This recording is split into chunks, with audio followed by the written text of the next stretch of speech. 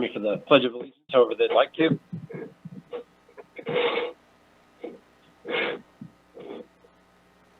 I pledge allegiance to the flag of the United States of America and to the republic for which it stands, one nation, under God, indivisible, with liberty and justice for all.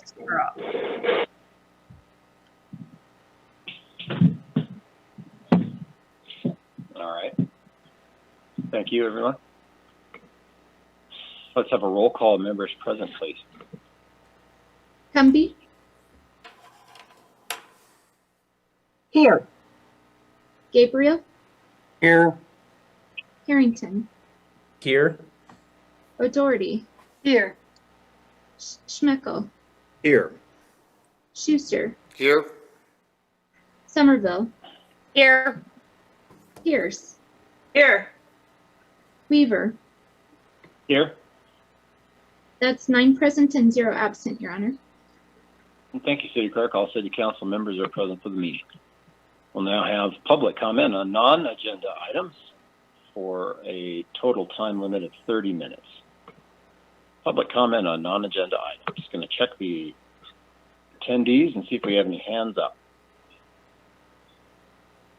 For non-agenda items, if you're here to speak to something on the agenda, there will be an opportunity to do that.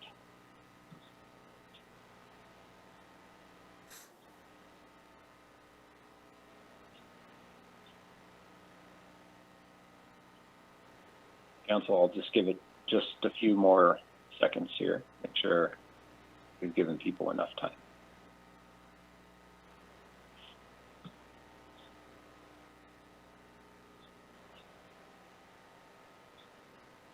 Seeing none, we'll close the, All right, public comment on non-agenda items. There was a hand up, but then it went down. So it's probably someone that will be speaking on an agenda item. Well, let's let Mr. Henderson into the meeting. He's got a hand up. And you have the floor. I just wanted to be clear that the rezoning topic, is that on the agenda or is it in this time frame? It's on the agenda. It's Okay. on the agenda. Thank you, Mayor Weaver. No problem. Yeah, there'll be time for public comment on that item here in the meeting shortly, I would imagine. Checking to see if we have any other public comment on non-agenda items, and there'll be another time for this later as well. Seeing none, we'll close the public comment period and move to the next item on the agenda. Consideration of changes in the agenda. Setting the agenda, I'm going to turn that over to the Vice Mayor. Yeah, thank you, Mayor. I move that the following change to the agenda be approved under consent agenda item number, let's see here, item number 9H. We're adding D. It's going to be a work session on November 1st from 6:30 to 8 p.m. Its title will be Legislative and County Clerk Redistricting Workshop. Second. There's been a motion and a second from Councilmember Harrington. All those in favor say aye or raise your hand or both. Aye. Aye. Aye. All right. That motion carries. Vice Mayor? Thank you, Mayor. I move that the agenda be set as changed. Second. The motion is second by Councilmember Somerville. All those in favor, same sign. Aye. Aye. Aye. Any opposed?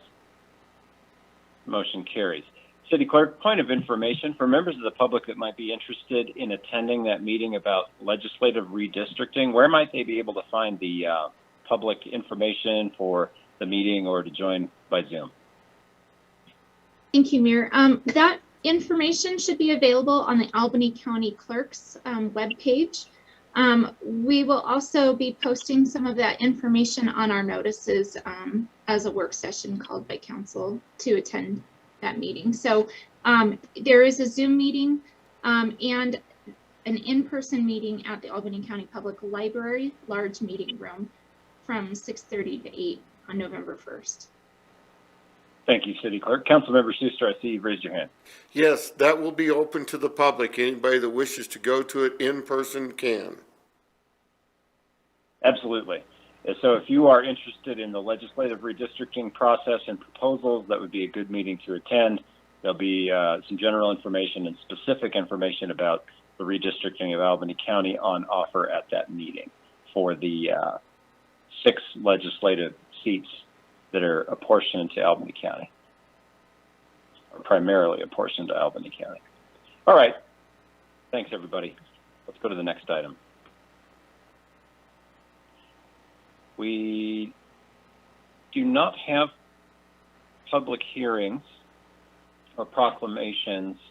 We have public hearings, but no proclamations this evening. So, City Clerk, I'd like to ask you to please read the notice for the public hearing. Notice is hereby given that the City of Laramie City Council, that a public meeting of the Laramie City Council will be held at 6:30 p.m. on October 19th, 2021 in City Council Chambers, Laramie City Hall, 406 Ivinson Avenue, Laramie, Wyoming. Due to COVID restrictions, meetings will only be held on Zoom to take public comments on the following: Original Ordinance 2031, TA-21-01, and Ordinance amending Table 15.14.040-3, off-street parking standards of the Laramie Municipal Code regarding residential parking standards. All applications, plans, and specifications relative to these matters are available for review at the City of Laramie Planning Office at 405 Grand Avenue, Laramie, Wyoming. Anyone wishing to be heard should be present or may be represented by his or her agent at the meeting. Thank you, City Clerk. Let's now open the public hearing for comment on the amendments regarding residential parking standards. This is the first of 3 public hearings this evening. So if you're here to speak to another issue, your public hearing will be up soon. I'd like to recognize the hand that's been raised from the attendees. I have Vincent, and when you're in the room, if you could please just give your full name for the public record, we'd appreciate it very much, and you have the floor. Thanks very much. My name's Vincent Levenger, and sorry about not putting the last name on there. I wanted to speak on this issue mainly because I feel that these regulations could be relaxed slightly for specifically multifamily developments. I think that, especially in the case of properties that are in zoned as R3, I feel that the requirements put in place are a bit too strict, and in fact, I believe that the off-street parking or spaces in front of the property could be considered included as part of those restrictions. So that's basically all I had to say, but I feel that they could be relaxed slightly to promote further high-density development in R3 zones. Thank you very much for your comments and participating in the public hearing. Do we have any other? See, I've got a screen name, Mark, and Mark, welcome. And if you could please also just give your full name for the public record, and you have the floor. Yeah, my name is Mark Gunnarsson. Live at 261 North Cedar. Would like to address the parking in R3 due to the zones or the size of the building lots. That if we don't maintain off-street parking, there isn't enough parking in front of the houses to handle the amount. So if anything, I think that needs to be increased for R3 rather than decreased. Thank you.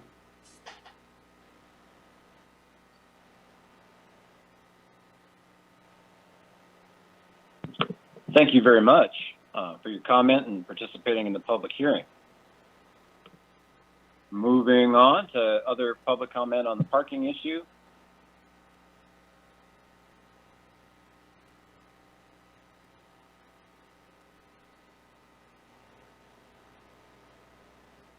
Council, seeing no further hands raised from attendees at the meeting for comment on this. Oh, spoke too soon. I'd like to recognize Wendy Chapman. Let's let Ms. Chapman into the meeting, and you have the floor. Welcome. Thank you. I just wanted to chime in on the parking. 1.5 parking places per unit seems like a minimum. It seems like reducing how much parking a developer has to provide in new developments it seems like it should be increased instead of decreased. Thank you. Thank you for your comment and for your input during the public hearing. Other hands up? I'll give it a few seconds.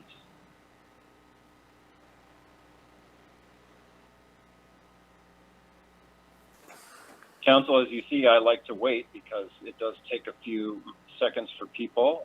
Let's recognize Mr. Henderson and allow him back into the meeting for public comment on this issue. Welcome, and you've got the floor. I reside at 168 North Pine Street, and I would add my favor for a requirement of at least 2 spaces per unit, certainly more than 1.5. Thank you. Thank you.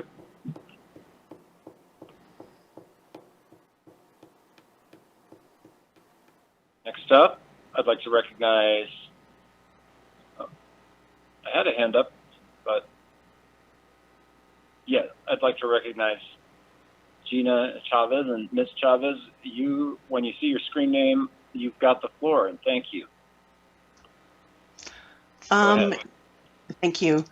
Yes, I would like to just echo what my neighbors are saying as well.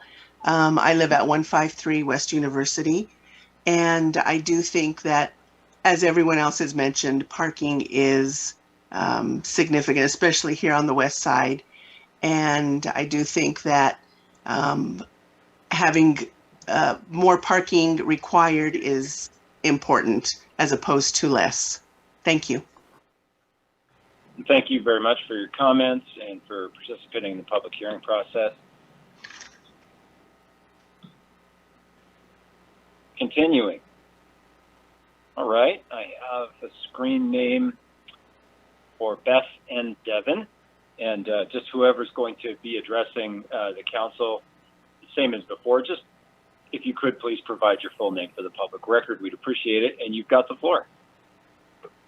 Yeah, my name's Devin Fly, and I'm neighbors with some of the people that just spoke a moment ago over on 371 West Fremont Street. And I kind of echo their comments as far as we feel that the parking spaces should be increased and not decreased. Thank you. Thank you. Thank you very much for your comments and participating in the public hearing process.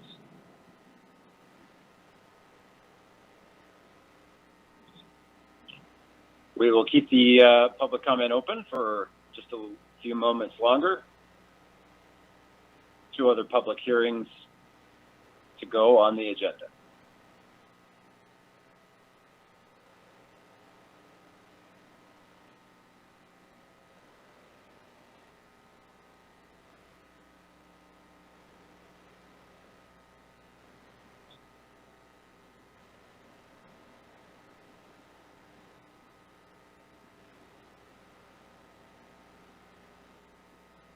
Council and members of the public here at this evening, I mean this in the best possible humor. I'm almost reluctant to close the public hearing because it seems like every time I do, then a hand comes up.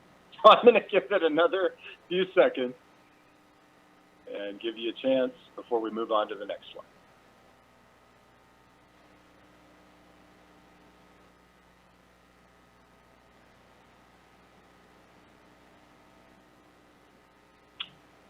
City Clerk, we'll close the public hearing on this item at this time and move on to the next one. And I'd ask you to please read the announcement. Notice is hereby given that a public meeting of the Laramie City Council will be held at 6:30 p.m. on October 19th, 2021 in City Council Chambers, City Hall, 406 Ivinson Avenue, Laramie, Wyoming. Due to COVID restrictions, meetings will only be held on Zoom to take public comments on the following.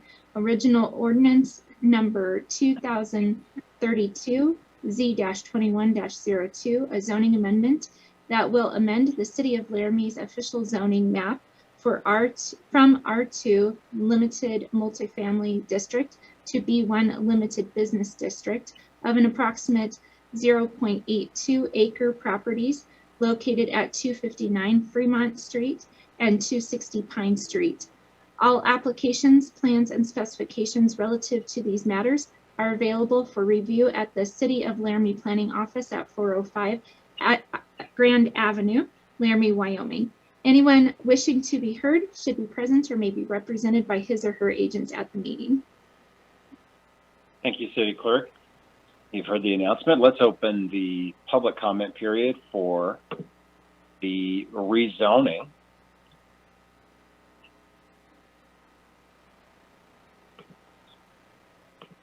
And I'm checking our list of attendees.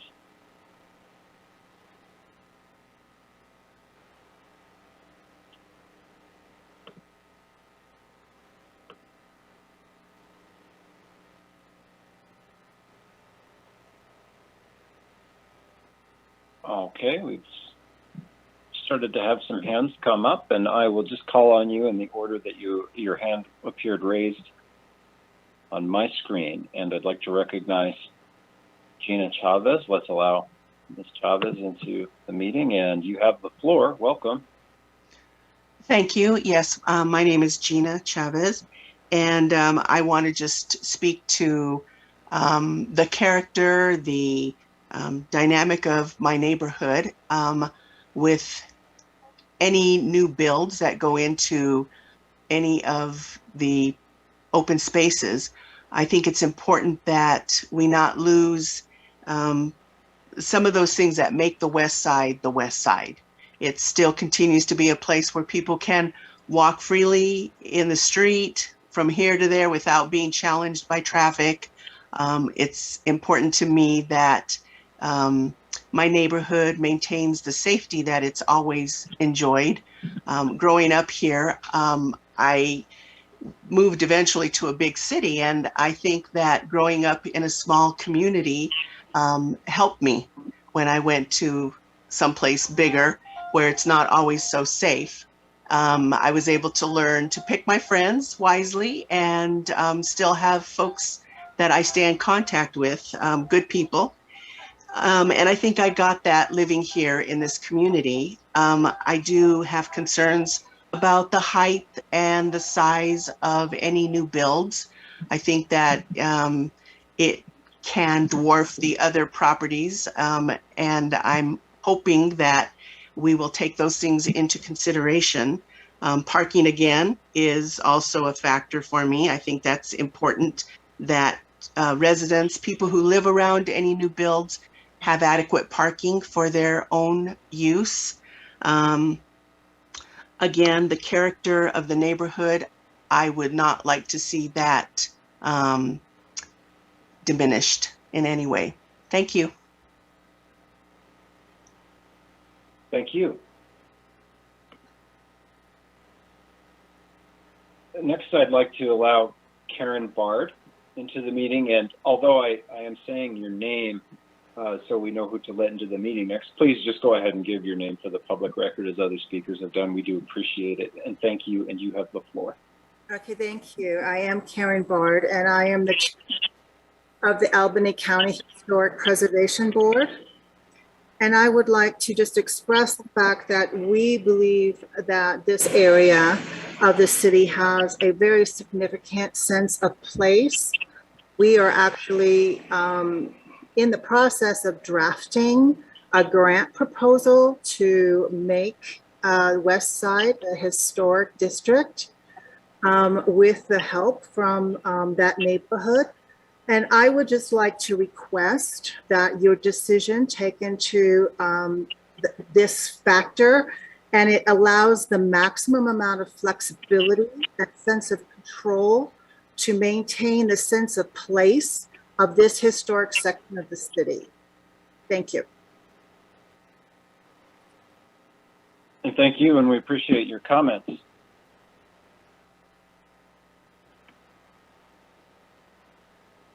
Next on the list is Gwendolyn Christie, and let's allow Ms. Christie into the room. And if you could also, once again, and I apologize for being repetitive, but if you could just please repeat your name for the public record, and welcome, and you have the floor. Hi, my name is Gwendolyn Christie. I am also a board member on the Albany County Historic Preservation Board, and I'm also a resident of the West Side neighborhood.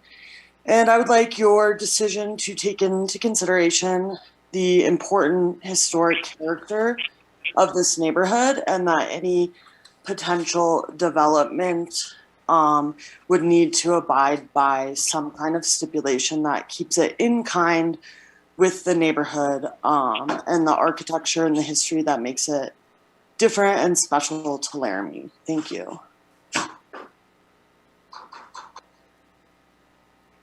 Thank you for your comments and your participation in the public hearing. Public hearing remains open, and looking for hands. I have a hand raised for Wendy Chapman, and then a few more after that, and we'll just call on you in order. Let's let Ms. Chapman into the room to speak, and you've got the floor. Thank you. Thank you. My name is Wendy Chapman. I live at 170 North Cedar. I've been in my home for 23 years, and I would also like to speak to the character of the neighborhood. As you can tell, those of us who live here love our neighborhood. We love that it is small. It's one of the oldest residential neighborhoods in town. It was built on the west side because the prevailing wind comes from the west. So the cinders would blow over to the other side of the tracks instead of to the residential area. So the houses are small, and we all like our little houses. My concerns with any new builds in our neighborhood are the size, the height of the buildings, increased traffic, increased parking, light pollution. As any new building would probably have some lights around it for parking and such, and also noise. And as others have acknowledged, yeah, there probably will be some building happening in our neighborhood.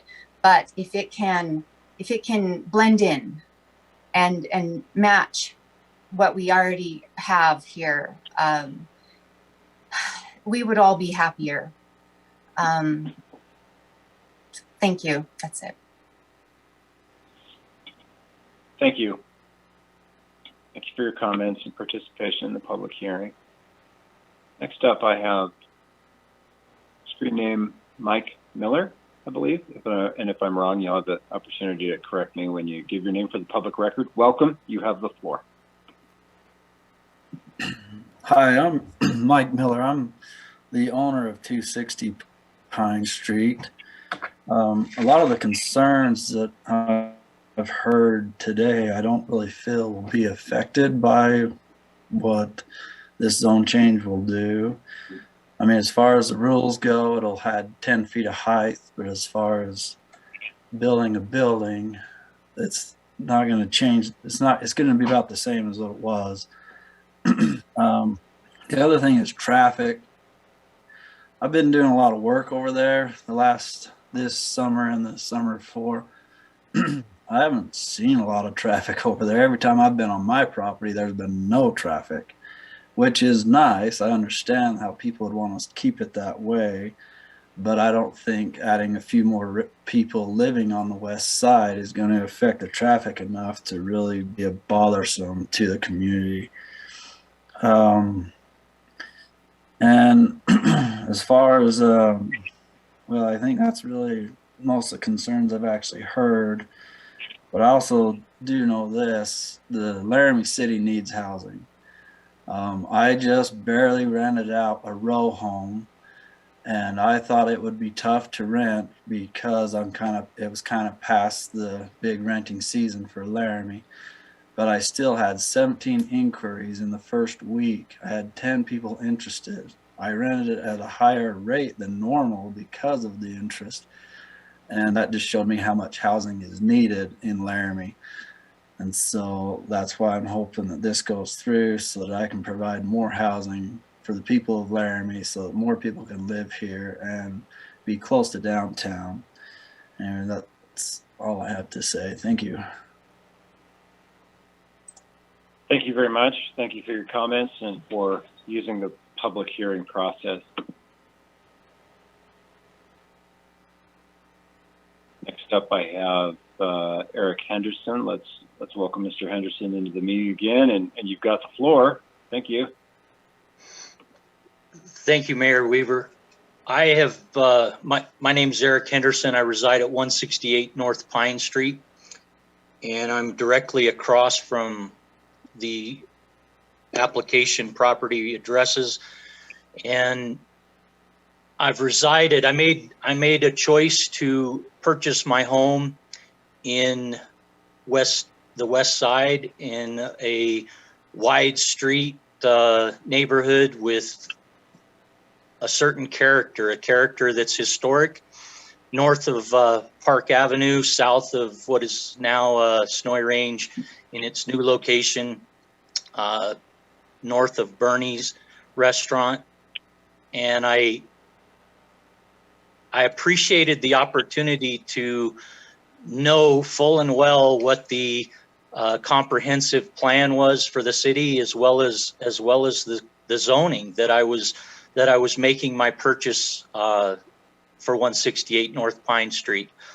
And knowing what that zoning was included Bud's Bar and a long-standing construction company known as Spiegelberg Construction, and Bernie's Mexican Deli. When I first moved there, the viaduct was only a block away, and noise was certainly louder. I appreciate the viaduct being moved north away from my property, and I just as soon the zoning be left as it was when I relied on it for the largest purchase of my life. The largest investment of my family's life is two things. First, my house. Second, the vehicles. And there's really a historic nature to generations of my Latin friends that live in the neighborhood, and the multicultural nature of that area is one that supports families, one that supports all ages of residents, but it's unique, and I don't think that as I have been in Laramie since 1987, I have known any other area of town that is as unique, and I applaud the Albany County Historic Preservation Board members for attending this meeting on this topic to preserve what is the west side, one of Laramie's oldest sections of town, and adjacent to the rail lines of the Union Pacific, bordered by the Wyoming State Historic Preservation, this Wyoming State Prison, State Historic Site, the territorial prison. It all wraps up with a lot of history and a character which I relied on for my decision. And a zoning change, I feel, would be completely unfair. Mr. Miller spoke of previous to my opportunity here of, his feelings And I applaud the city of Laramie for having an opportunity to consider zoning changes. I find it completely inappropriate to make the change requested by application of Mr. Miller or Spiegelberg Construction. I have a grander fear that should the city approve any rezoning here, we would be looking at a potential raise of Spiegelberg Construction or perhaps other properties in the area that would leave a larger footprint for denser housing and density. What concerns me most about changing the zoning, irregardless, and changing the comprehensive plan is that when you do make that change as a city council, I understand that there's really no more control, essentially, if the new zoning would allow for a whole new variety of options in build, we would have very little to say and control of our neighborhood with respect to that. And as I am completely within the 300 feet, and I know other neighbors who are active in their concern and expression of their concern for this.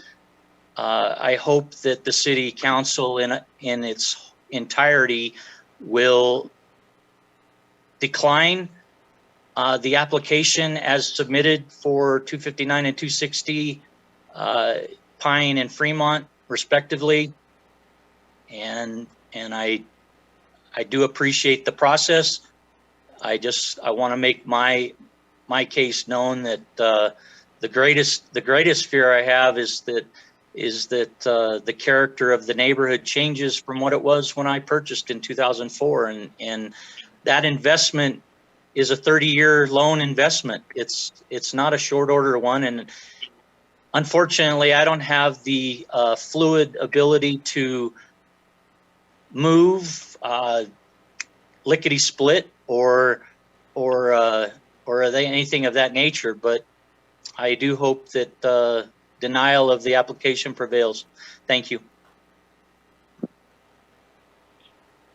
Thank you, Mr. Anderson, and thank you for using the public hearing process and your comments to the council. Next up, I'd like to recognize screen name Levi, and of course, council members and members of the public, bear with me. Just please give your name for the public record, and you have the floor. Welcome. My name is Levi Leinen, and I live on 164 North Pine, and my concern is kind of along the lines of Eric's concern. Right now, as it is zoned, you can only build 8 apartment buildings on the deal. And once you rezone it, then you're allowing to build up to 60 apartments. And the only difference, as far as I understand it, the builder can do whatever he wants as it is zoned now, but only up to 8 apartments. So I guess I don't see the benefit of rezoning it to 16 apartments where you can build 60 apartments.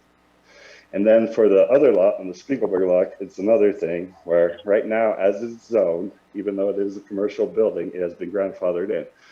So as it is zoned now, if you do make any changes, it has to be for R1 zoning right now.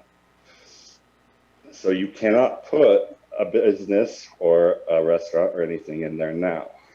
And as far as the needing property in Laramie, I know a lot of renters around Laramie since the school, the university, has declined 1/6 of the people going to it this year, worried that the rental market is going to take a dip. And I also know of many rental properties, apartment buildings south of town, south of Spring Creek, that are just empty and for sale right now.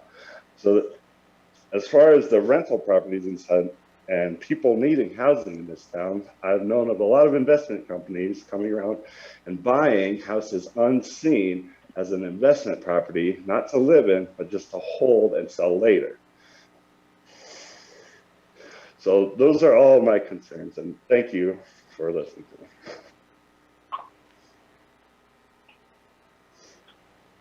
You're welcome, and thank you for your comments and participating in the public hearing. We'll go to the next hand up. I have Lynn, screen name Lynn. I'd like to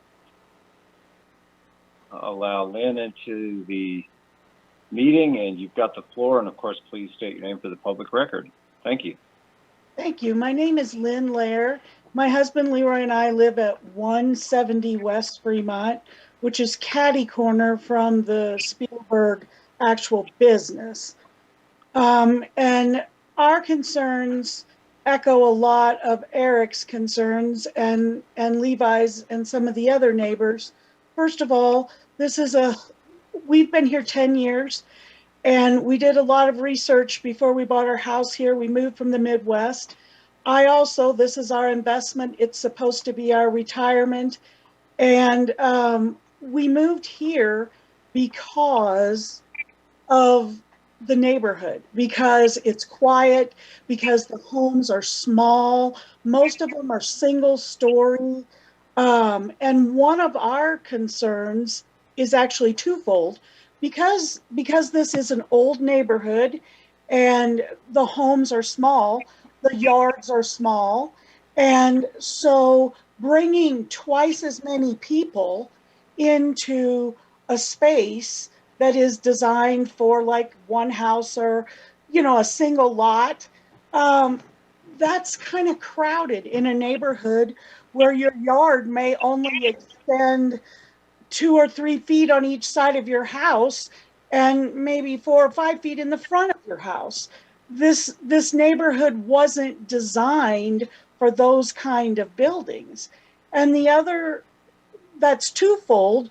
A lot of the houses in this neighborhood don't have garages. We are lucky enough to have a single car garage, but we cannot park my husband's truck behind our garage in the little driveway because it sticks out in the street. So that's how small the lots are. So one of our vehicles has to be parked on the street. So when you add all the people, that 16 units, rarely does rental property have one person per unit. It's usually families are 2 or 3 people. The other thing with regards to the traffic, my husband and I actually live in this neighborhood. We don't just drive through it, we live here. So we go up and down Cedar twice a day, every day, to work, from work. We just retired, but we've been doing this ever since we've been here. There is an increase in traffic on Cedar Street. And the condition of the street itself, I know that there's going to be improvements, but the condition of the streets, because of all this extra traffic, is deplorable. There's potholes, and it's really terrible. And so that's gonna much more traffic in this neighborhood on these old streets is going to affect the quality of the streets also. And so we are hoping that this is declined because we want to keep this neighborhood a community that is full of single-story, small homes. That's the way it was designed. That's the way we want it to stay. And for us, because we're of retirement age, we're scared to death what this is going to do to the value of our property. Who wants to live across from a giant apartment building? That's just not most people's goal. So please consider the ramifications for all the people that are in this neighborhood who've made the investment in this neighborhood to try to improve it. Please consider what this will do to all of us. Thank you. And thank you. for your comments and for using the public hearing process. We'll go on now to the next hands up, and got screen name Bethan Devon, and I'm sorry I've forgotten the full name. So if you could just repeat it for the public record, I'd appreciate it. We thank you, and you have the floor. Thank you. Hi, I'm Beth Sanchez, 371 West Fremont. I really echo what all my neighbors are saying regarding the concerns of height and parking and things like that. But I just want to add on my concerns regarding the sewer and the aging infrastructure in Laramie. I'm not sure how well our aging infrastructure in this neighborhood would handle an influx of an apartment building. Thank you.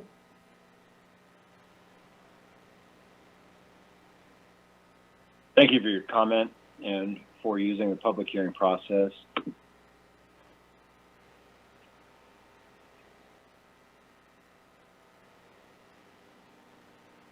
I'll hold it open just a little bit longer to see if we have any other hands up. The public hearing is the opportunity to speak to the council about this issue. It's not the only opportunity. Council, is there any objection to second speakers? I'd like to let Mr. Henderson back in for an additional comment. Mr. Mayor, if I could, I don't certainly have an objection to a second round, but given that it is still an item on the agenda, curious if we move through these public hearings and then everybody would have a second chance when the item comes up. I appreciate that, Councilmember Harrington. To be honest with you, I'm not sure that that public hearings can be limited. So I do believe we need to recognize speakers for their comments.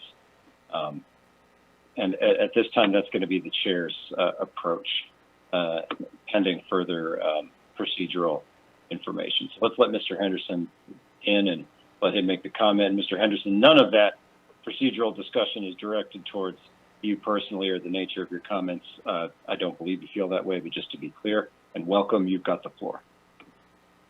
I appreciate the opportunity to add to my previous comment. My name is Eric Henderson, and I reside at 168 North Pine Street as owner. And I just I wanted the committee as a whole to know that I am not alone in my interest in partnering with the Albany County Historic Preservation Board members and their stated interest requesting opportunity to overlay a historic district 2 designation to the area. And so their proposal as an organization is not without resident support in action. Thank you. Thank you, and thank you for your comments. I'd like to recognize screen name Lynn back for an additional comment, and you have the floor. Welcome. Yes, I would like to echo what Eric just said. We are also in full support of the historic component of this. Thank you.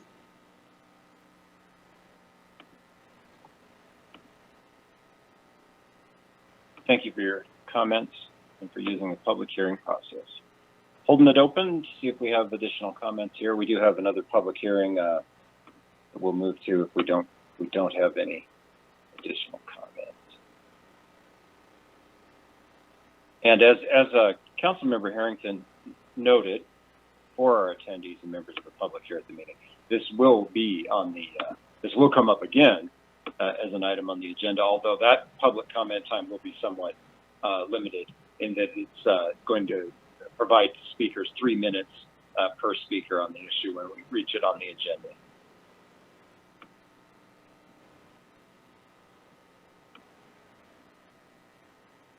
Council members, I'm just keeping it open a few seconds as people make up their minds.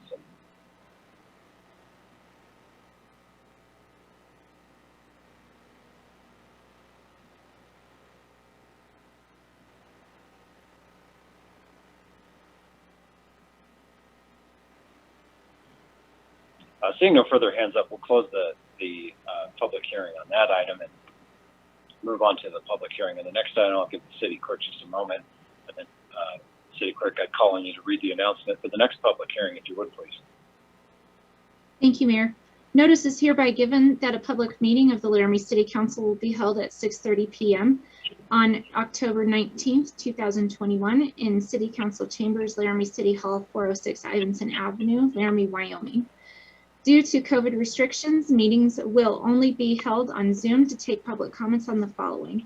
Resolution 2021-64, CPA-21-01, a comprehensive plan amendment that will amend the future land use map 3.2 of the 2007 Laramie Comprehensive Plan from auto urban residential to suburban commercial for an approximate 0.82 acre properties located at 259 Fremont Street and 260 Pine Street. All applications, plans, and specifications relative to these matters are available for review at the City of Laramie Planning Office at 405 Grand Avenue, Laramie, Wyoming. Anyone wishing to be heard should be present or may be represented by his or her agent at the meeting. Thank you, City Clerk. Appreciate that. Members of the public, this is your opportunity to share views with the City Council, and we're here to listen. I don't want any of our procedural checks with each other to in any way inhibit your feelings about making public comment. And public comment period is open.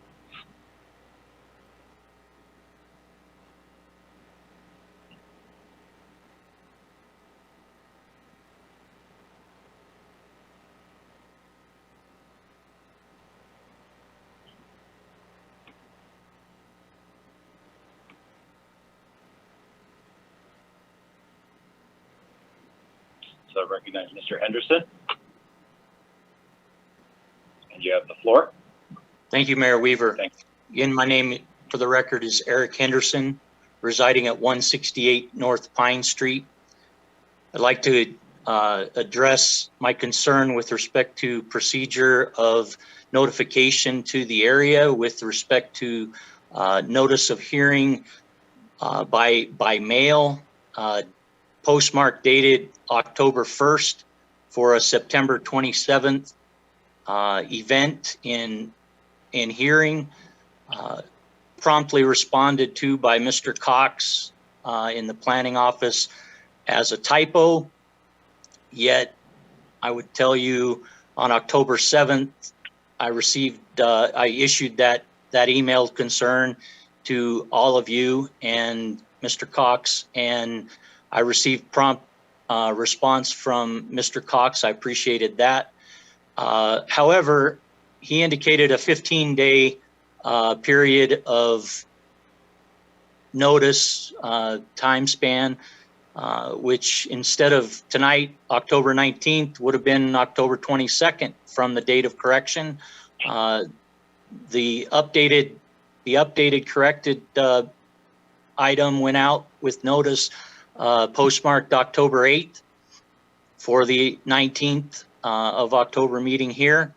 I do appreciate that in advance of the meeting, and very sorry that I missed procedure visit number 1 on the matter of rezoning. But procedurally, it brings out a concern that perhaps members of the city employment have interest in pushing this through and being prompt for the applicants, which as an applicant I would certainly appreciate, but as a resident who has made a substantial investment in this community, in this neighborhood specifically, and have resided here since 2004, I absolutely object to the rush, especially in a time where contact with all of you is more restricted than ever. Zoom is handy for some of us.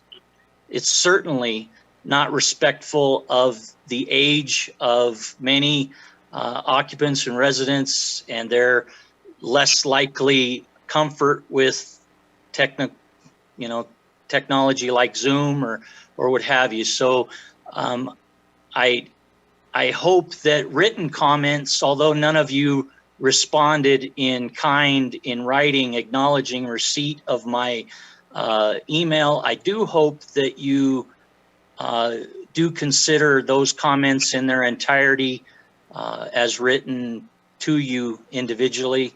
Thank you. Thank you for your comments and for using the public hearing process. I'd like to recognize screen name Mark. And yeah, this is Mark. Thank you. This is Mark Gunnarsson. And I have a question. Don't know where I can get an answer, who can answer this question. But does a zoning change need to take effect for there to be residential housing built on these properties? Or can they be both? Go ahead. Mr. Gunnison, I was just going to say, so the public hearing is definitely not a back and forth answer session, but I'll say this, because I think it's fair, and of course you've taken time out of your evening to be here. This applies to anyone that may have questions. Pose your question. Go ahead and pose your questions if you'd like during the public hearing, and I know that staff and council will be keeping track of those, and as we get to the agenda item later in the meeting, there could be some attention paid to that and an opportunity for those direct questions to be answered. I hope that makes sense. We may not give you an answer right here, but if you go ahead and ask your questions, we can get you an answer when it comes up in the agenda. I know it seems like a lot of procedural bother, but we do try to stick to rules for the sake of efficient meetings. So if you have other questions, and I'm sorry for the interruption, I just felt like I should make that clear. Go ahead and ask them now. You might have to wait a little bit to get your answers, but you can go ahead and ask them now. Thank you. I guess my statement and question is that I know that something needs to happen with that property over there and wants to happen, and that I don't want to be standing in the way of something happening over there, but I'm just not sure that, a 50-foot apartment, 16 unit apartment is the appropriate thing. And so I guess I'll go to the city engineering office and talk to those people down there. Thank you. Thank you, sir. And I wouldn't give up on being able to get some answers to those questions even tonight later in the meeting. We just try not to do questions during public hearings. There will be some more discussion about this item tonight. Other comments and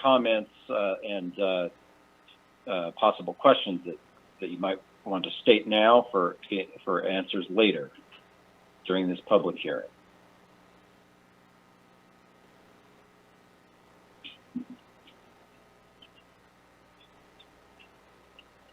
And I do appreciate your patience. It's not about trying to stand on ceremony. It's just about trying to follow some general guidelines for the discussion.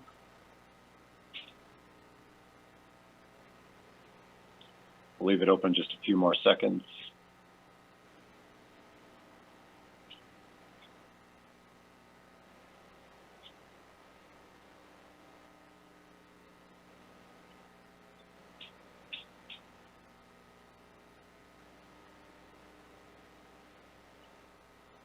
Council members, I'm going to now close the public hearing on this item. I do anticipate that we'll have an opportunity to have some more discussion and hear some more later in the meeting. City Clerk, we have one more public hearing, and I'd ask you now to please provide the notice for that. Thank you, Mayor. Notice is hereby given that on the 23rd day of September 2021, an application was received in the office of the City Clerk for a new special malt beverage permit, number special-7 for Roxy's Catering LLC, doing business as Roxy's Catering. Location of permit at University of Wyoming Arena Auditorium, excluding Mickey's, 1000 East University Avenue, Laramie, Wyoming.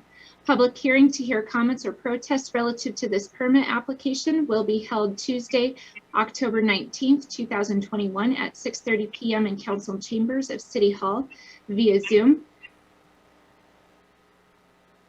Action on this application will be considered at the regular meeting of the City Council on Tuesday, October 19th, 2021 at 6:30 p.m. in council chambers via Zoom. Anyone wishing to be heard should be present or may be represented by his or her agent at the meeting. Thank you very much, City Clerk. We'll open it up for comments on the malt beverage application for the public hearing.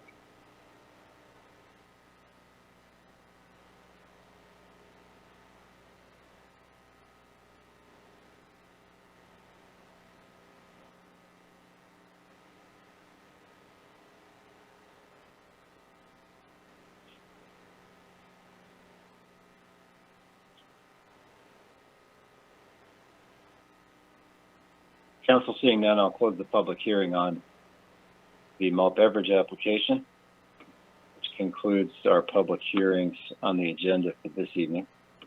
And will bring us now to announcements. And I'd like to recognize the city manager.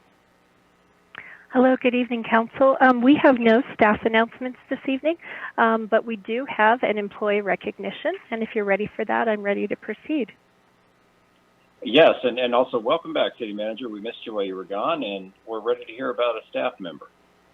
Thank you very much. It's my honor tonight to talk about our Employee of the Month, or as we like to say internally, our Rock Star of the Month for September of 2021. And that is Officer Troy Glick in the Laramie Police Department. Troy's originally a Wyomingite from Cody and has been with us since 2017. Officer Glick says he feels very rewarded by the help he's able to provide as he can see kind of the difference that the work that he does here for the city and the community makes a difference in people's lives. And he considers it, quote, an honor to help the citizens of Laramie. Troy says being a police officer has provided him with a great deal of self-growth and continued education, and he considers his service to the community to be a privilege. I'm sad to tell you that Officer Glick cannot be with us this evening as he was deployed today. And so that kind of leads me into a little bit of his background. Officer Glick had a career with the Army. He also had a background in Forest Service law enforcement. So when he did be discharged and went into the National Guard, he was sort of naturally drawn to his law enforcement career. He's been deployed 3 times while in the Army to the Middle East. That includes Afghanistan and Iraq. And as I said, he is actively working with the Wyoming National Guard still. He's a pilot and does a lot of flying on his days off, he says. So I will share with you that he was nominated for our Employee of the Month recognition by one of his co-officers, Officer Roca, who said that he's one of the most engaged officers that he has seen. Talks about how Officer Glick made a point to stop by all the lemonade stands and buy lemonade when we had our lemonade day here last month, and says that he just really actively seeks out opportunities to work with the public and is a leader in the department, as was echoed by Chief Stalder. So in closing, I found this to be an interesting tidbit. So we always profile our employees so that their coworkers can learn a little bit about them. And this was an interesting tidbit I learned about Troy in his interview this month. He says he likes to spend time in his library. He has a collection of leather-bound Western books. Says his grandfather kind of got him into that when he was a kid, and right now he's working his way through his complete Teddy Roosevelt classic library collection. So little-known facts about city staff and public servants that are fun to share. So it's my honor to recognize Officer Glick. Chief Stalder had to be on another call this evening. He had wanted to say some words as well, but unfortunately your public hearings ran rather long and he had to jump off for that 7 o'clock other commitment. So thank you to Officer Glick, and again, sorry he can't be here due to his deployment. Thank you. You know, I think I say this most of the time, and I think it's always true. These employee recognitions are sometimes some of the only opportunities we have to get a little bit of an insight and just learn a little bit more about some of the people that work for the city of Laramie. We really enjoy it, and I think that might be the same for members of the public that attend our meetings. They get to learn a little bit about the interesting backgrounds and interests of the city employees outside of the good work that they do for us all the time. So thank you very much for that. Leather-bound Western Library, that's caught my attention. Anyways, we hope that everything is going well, and we're happy to have heard about that employee recognition. And I just want to say that public hearings, employee recognitions, all of these things are important, and unfortunately, we don't start our city council meetings at 3 o'clock in the afternoon. But all of these things are important, and so we just do our best. Let's see. We now go to item number 7, which is disclosures by city council members. City council members, if you have any disclosures about any items that are coming before the council on the agenda this evening, now would be the time to inform us. Seeing none. Go on to the next item, which is the approval of the consent agenda, which I'd like to now turn over to the Vice Mayor. Thank you, Mayor Weaver. I move that the consent agenda be approved and that each specific action on the consent agenda be approved as indicated. Second. I really don't know who the second was from, so I just choose. There's a motion to approve the consent agenda from the Vice Mayor and the second from Councilmember Cumby. And we'll turn it over to the City Clerk for a roll call vote on that. Cumby, Yes. Gabriel, Yes. Harrington, Yes. O'Doherty, Yes. Schmeckel, Yes. Schuster, Yes. Somerville, Yes. Pierce, Yes. Weaver. Yes. That's 9 yeses and 0 noes, Your Honor. That motion carries.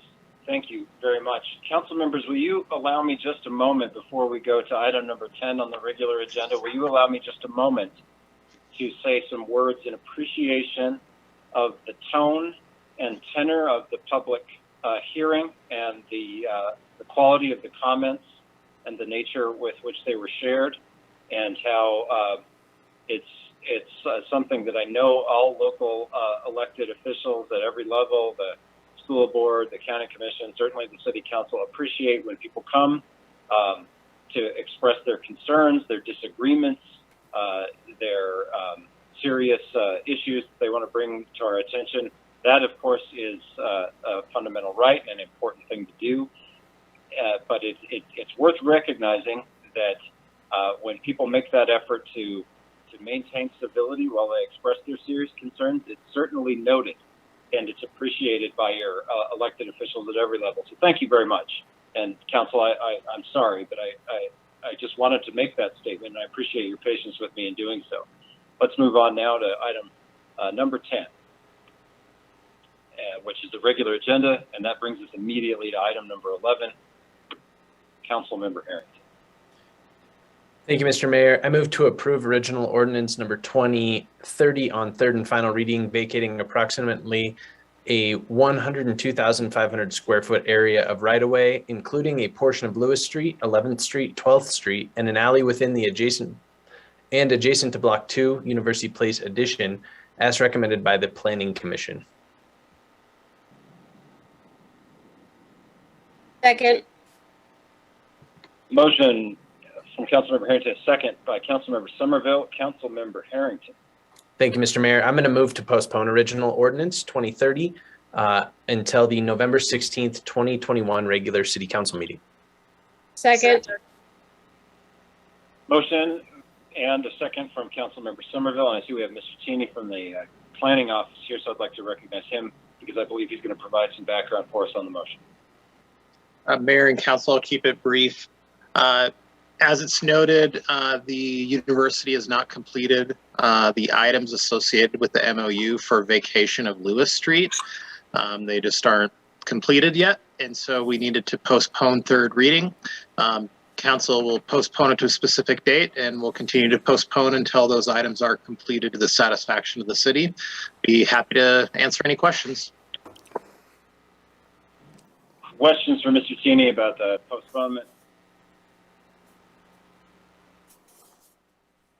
Mr. Cheney, I guess I'd have a question. Do we expect those details to be forthcoming and those issues to be ironed out here in a relatively short period of time, or would you not be able to make a comment about that at this time? We're not sure. Since the city isn't leading the improvements that are associated with it, it's really hard for us to say. Based on the weather, things are not looking great.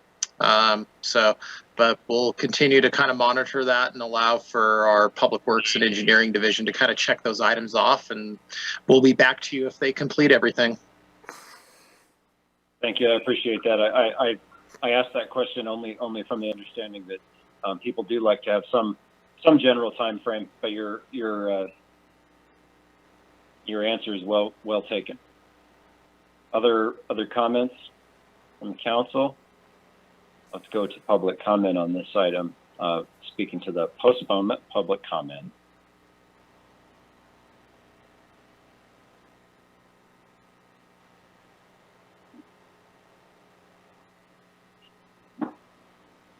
Seeing none, we'll close public comment on that item, and we'll go back to the council for just a few seconds to see if you've changed your mind about additional follow-up questions. You have not, from what I can see, so I'll go to the city clerk for a roll call vote. Somerville, Yes. Schuster, Yes. Schmeckel, Yes. O'Doherty, Yes. Harrington, Yes. Gabriel, Yes. Cumby, Yes. Pierce, Yes. Weaver. Yes. That's 9 yeses and 0 noes, Your Honor. Thank you. That motion carries. That brings us to item number 12, and I believe I have Councilmember Cumby. Thank you, Mr. Mayor. I move to award the bid for Unit 329 Sewer Jet Truck to Titan Machinery, Gillette, Wyoming, in the amount of $471,090 and amend the budget as appropriate and authorize the mayor and city clerk to sign. Second. The motion and the second from Vice Mayor Pierce. I see that Mr. Webb is here from Public Works. I'd like to recognize Mr. Webb for the background. Yeah, honorable Mayor, City Council, the sewer vac truck is basically it's due for replacement and through our replacement schedule. The sewer vac truck, if you can imagine an enormous wet, dry shop vac that you may have in your garage, that's what this is. I mean, this is a unit that works on a daily basis. It washes our sanitary sewer lines. And when there's a plug or a clog and things aren't moving, this is the unit that gets things moving. We received 2 bids for the unit, and we are recommending Titan Machinery, who is the low bid, for award. Take any questions if you have them. Thank you, sir. Questions for Mr. Webb? Councilmember Harrington. Thank you, Mr. Mayor. I just wanted to point out a discrepancy in the motion. Just maybe it's a Scribner's error, but we have Titan Machinery in Gillette, Wyoming. Titan Machinery is actually in Cheyenne, Wyoming, as it says further down in the bid portion of the cover sheet. So maybe that just a friendly amendment to amend Gillette to Cheyenne in the motion itself. Thank you, Councilmember Harrington. Yeah, it probably does need to be correctly reflected in the motion. Mr. Webb, are we on track with that catch? Give him a second. Yeah,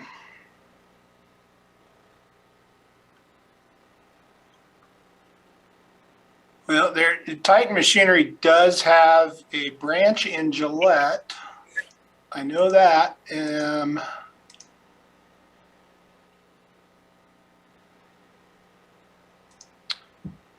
It actually looks like our bid documents say Gillette. So I believe the error is in the lower section, not in the motion. Great. Thank you, Mr. Mayor. No, I appreciate that, Councilmember Harrington. As long as Mr. Webb thinks we're okay to go with what we've got, then we're set. Thank you. Other questions about the shop vac truck? Because I have one for you. Do we only have one of these units for the city of Laramie, Ms. Webb? No, Councilor Weaver, we have two. One's a smaller unit. We have a smaller unit that basically, when we have smaller lines or the bigger unit a lot of times won't fit down some of the alleys and things like that. So we have two, one bigger, one smaller. They're both huge, but one's not as huge as the other. Sure. I appreciate that. Yeah, if memory served, I thought we had an additional unit, but I appreciate the answer. Yep, Councilmember Schuster, I see you. Go ahead. Thank you. I believe you might be right, Mayor Weaver. We did use one unit in the streets division because it would do gutters, the storm drain. So one of it one time was demoted out of the sewer cleaning to storm drain cleaning. So you might have seen an additional unit working on the street because it works extremely well because everything that comes off the street, the dirt, the weeds, garbage, all goes down the storm drain, and you have to clean those out every so often too. Thank you, Councilmember Schuster. Council, for your information about this, I seem to recall the council a number of years ago now considering and then making the decision to pick up another unit so that we had the coverage that we needed. Because as you've heard from Mr. Webb, it does these trucks do a lot of important things for us. So we don't want to be wanting one and not having it. Council, I'll give you another shot at questions before we see if there's public comment on it. Okay, don't see anybody, so let's see if there's public comment. Just open that for just a few.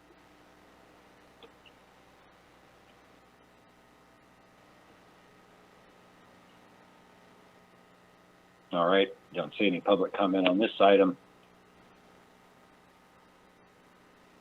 Just to make sure, Council, you've got your chance. City Clerk, can we please have a roll call vote? Gabriel. Yes. O'Doherty. Yes. Schuster. Yes. Cumby. Yes. Harrington. Yes. Schmeckel. Yes. Somerville. Yes. Pierce. Yes. Weaver. Yes. That's 9 yeses and 0 noes, Your Honor. Thank you. That motion carries. That takes us to item number 13 now, and I'd like to recognize Councilmember Schuster if memory serves. Thank you. And I will say, since I do a lot of work with Wyoming Machinery, where at our workplace too, that they have several locations in Wyoming. So I don't know if it says which branch this is coming from. Their main headquarters is in Cheyenne, or not Cheyenne, Casper, and have another one in Casper and Rock Springs and one other place to my knowledge. Title of this is Award of a Bid, Public Works Department, Utility Division, Unit 376 Backhoe with Trade-In. I move to award a bid for Unit 376 Backhoe with Trade-In to Wyoming Machinery Company in a total amount of $129,663 and authorize the mayor and city clerk to sign. Second. Motion and a second from the Vice Mayor. Quick on the draw on that one. And we'll go over to Mr. Webb for the background. Honorable Mayor, City Council. So this is a backhoe replacement for the utility division or the water section. A backhoe obviously used, water breaks or things like that. We got to get in the ground, and this is the machine that does it. And we went out to bid. We had 3 bids come in. Our low bid was with Wyoming Machinery out of Cheyenne, Wyoming. And we are recommending their bid as award. Thank you, Mr. Webb, for the geographic specificity as well. Council members, do we have some questions on this item? you'll allow it, I guess I have one for you, Mr. Webb. But I feel like if you're going to make the time to be here, you might as well get some questions. Are we feeling like we're going to be able to get these pieces of equipment, including the one that's the subject of this motion, in on time and when we need them? I'm just asking that question sort of in the general context of delays for so many things right now. Yeah, Mayor, as we've talked before, the delivery of equipment and vehicles is a ways out. This one is looking at the contract 260 days out. So when we put in the order, they'll start building, and we'll be fine with what we have now. Like I said before, we know the delays are there, and so we've planned for those through the bidding process, and we'll be fine until it arrives.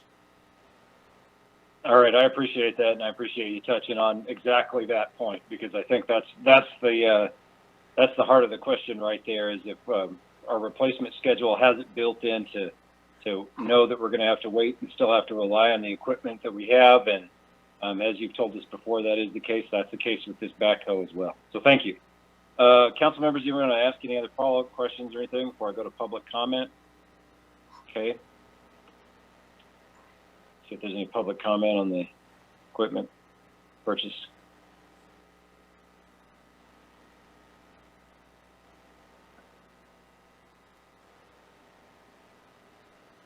Seeing none, we'll close the public comment on that item. Back to you, Council, for another second or two.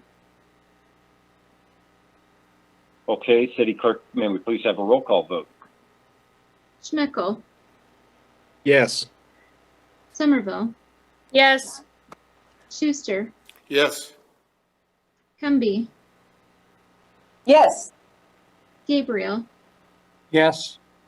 Harrington, Yes. O'Doherty, Yes. Pierce, Yes. Weaver. Yes. That's 9 yeses and 0 noes, Your Honor. Thank you, City Clerk. That motion carries. Takes us into item number 14, which is time for us to recognize Councilmember Gabriel. Thank you, Mayor. The title is the new special malt beverage permit for Roxy's Catering for the UW Arena, excluding Mickey's.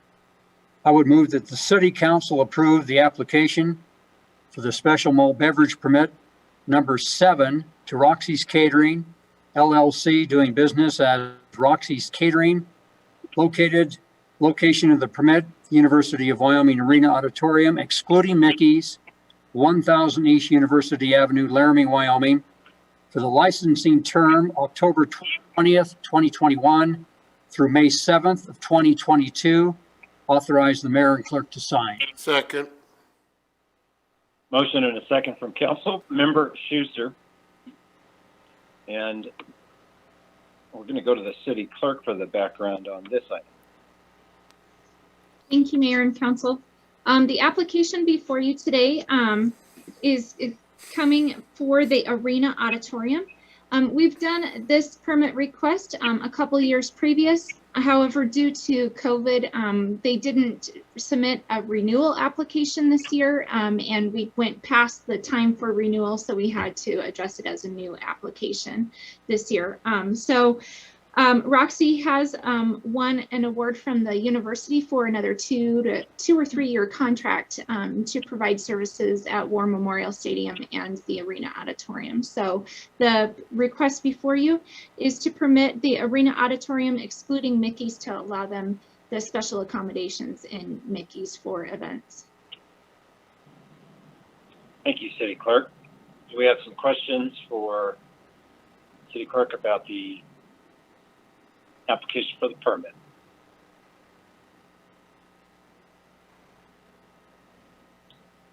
See if we have any public comment.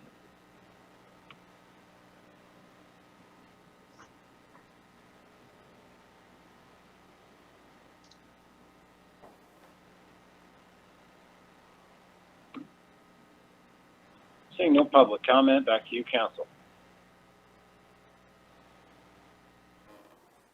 City Clerk, let's have a roll call for the vote. Cumby, Yes. Gabriel, Yes. O'Doherty, Yes. Somerville, Yes. Schuster, Yes. Schmeckel, Yes. Harrington, Yes. Pierce, Yes. Weaver. No. That's 8 yeses and 1 no, Your Honor. And that motion carries. Thank you, City Clerk. That takes us now into item number 15, which I believe is Council Member Schuster. Sorry. Pardon? Councilmember Schuster. Councilmember Schuster. All right. I suppose we'll recognize you then. Thank you. The title is Consideration of a Memorandum of Understanding with Rocky Mountain Power for a Blue Sky Award in the amount not to exceed $39,465 to help fund the installation of a solar array and EV charging station at Fire Station Number 3, Laramie, Wyoming. I move that the City Council approve the Memorandum of Understanding with Rocky Mountain Power for a Blue Sky Award in the amount of $39,465 to help fund the installation of a solar array and EV charging station at Fire Station Number 3. Authorize the participation in the Blue Sky Business Partners Program and associated budget amendment in the amount of $85,000 from the unencumbered funds, and authorize the mayor and the city clerk to sign. Second. Thank you. You've had the motion and a second from Vice Mayor Pierce. And I see that we're now joined by Assistant City Manager Feeser. I'd like to recognize Assistant City Manager Feeser. Welcome.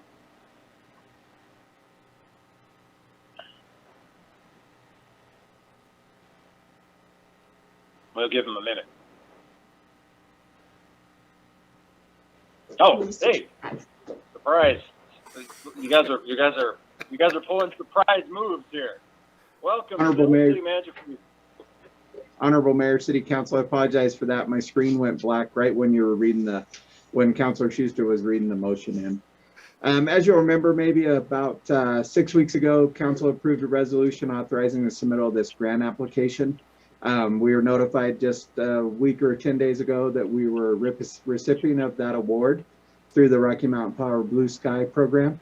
I did ask for a little bit of contingency on this because we've already started to see a little bit of increase in the cost of solar panels, and hope that we won't have to come back to council for another increase if we get into the project too much further. This project includes a 25 kW solar array at the fire station, and will also include an electric vehicle charging station on right there on the street next to the fire station, which I believe is Jefferson Street. With that, I'll be happy to answer any questions. Thank you very much. Questions for Mr. Feeser? See if there's a public comment on it.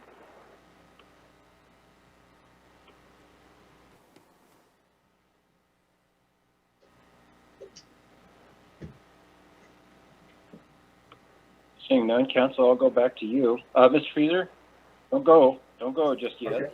Okay. Simply because we've got a question for Mr. Schuster, and then I had something I was going to add. Go ahead, Councilmember Schuster. Not a question, a comment, and he announced it last time. Not all EV cars plug in the same as the others. So this station we are doing will do most EV cars, but will not do the Tesla brand. And they would have to have an adapter with them to try to adapt over the chargers that most other cars are unified with, but they were not. They decided they wanted to be different from everyone else. So if you have a Tesla, this will not work there unless they have bought a special adapter. Okay. Well, it's probably worth noting, Councilmember Schuster. Councilmember O'Doherty. I want to thank Assistant Manager Feeser for doing this work, coming up with the idea, or whoever did with you. And also just point out there is a Tesla charging station at one of the hotels, I think the Comfort Inn. So the Tesla people have to go there if they don't have an adapter. Thank you. Thank you, Councilmember O'Doherty. Council members, we've got everybody covered and all the information covered for your electrical vehicle charging needs. my thunder has been stolen just a little bit by Councilmember O'Doherty, which is, of course, something I'm happy to accept. I just wanted to say, Assistant City Manager Fieser, your continued efforts and commitment to these renewable energy and carbon reduction goals don't go unnoticed, and we appreciate it very much. And we're happy to see the work going on and continuing, and we know that you're on top of it, and we're thankful. I appreciate that. Thank you very much. All right, I guess we'll now we better kick the Assistant City Manager out of the chair there so we can have a roll call vote from the City Clerk. And thank you, Assistant City Manager. It's good to see you. City Clerk, let's go ahead and have that roll call. Cumby, Yes. Gabriel, Yes. Harrington, Yes. O'Doherty, Yes. Schmeckel, Yes. Schuster, Yes. Somerville, Yes. Pierce, Yes. Weaver. Yes, That's 9 yeses and 0 nos, Your Honor. that motion carries. Thank you, City Clerk. Gets us into our next item. Item number 16, Councilmember O'Doherty. I move to approve a professional services agreement with Stantec Consulting, Inc. for the joint City of Laramie and Albany County Casper Aquifer Protection Plan update in the amount of $277,500 plus a contingency of $47,500 for a total amount not to exceed $325,000. Thanks. Second. Motion, and I believe a second from Councilmember Cumby. City Manager, turning it over to you for the background. Very good. Thank you, Mayor and Council.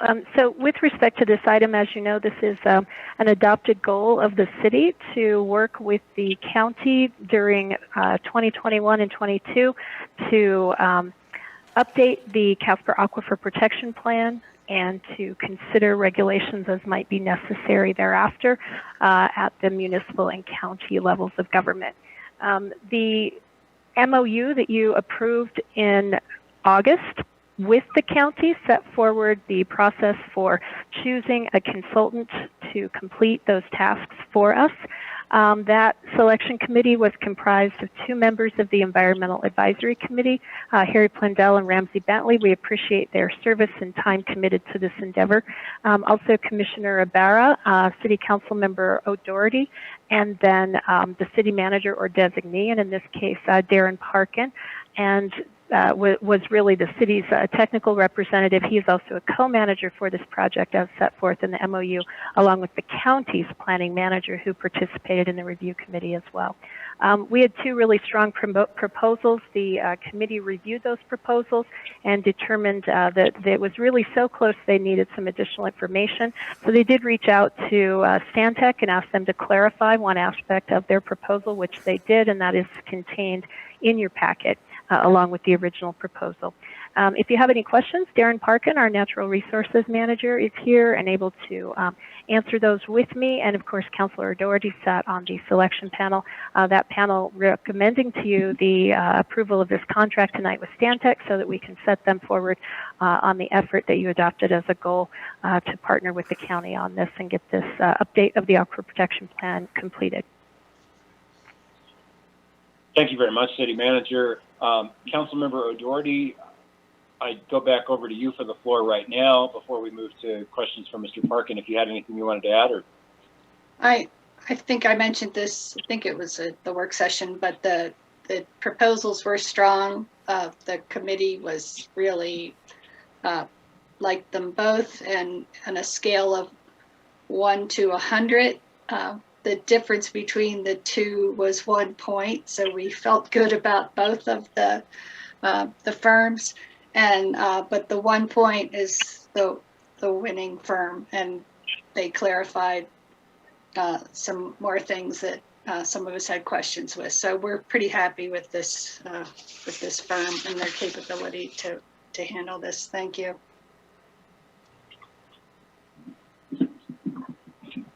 Thank you. I appreciate that. It's good for us to have a little window into some of the process there. And I suppose that in some sense, we're actually quite fortunate to have been able to have two competitive and capable firms bring a proposal forward for this project, which is so important to the people in Laramie and Albany County. Mr. Parkin, you're on the call here. I'd like to see if you'd like to add anything.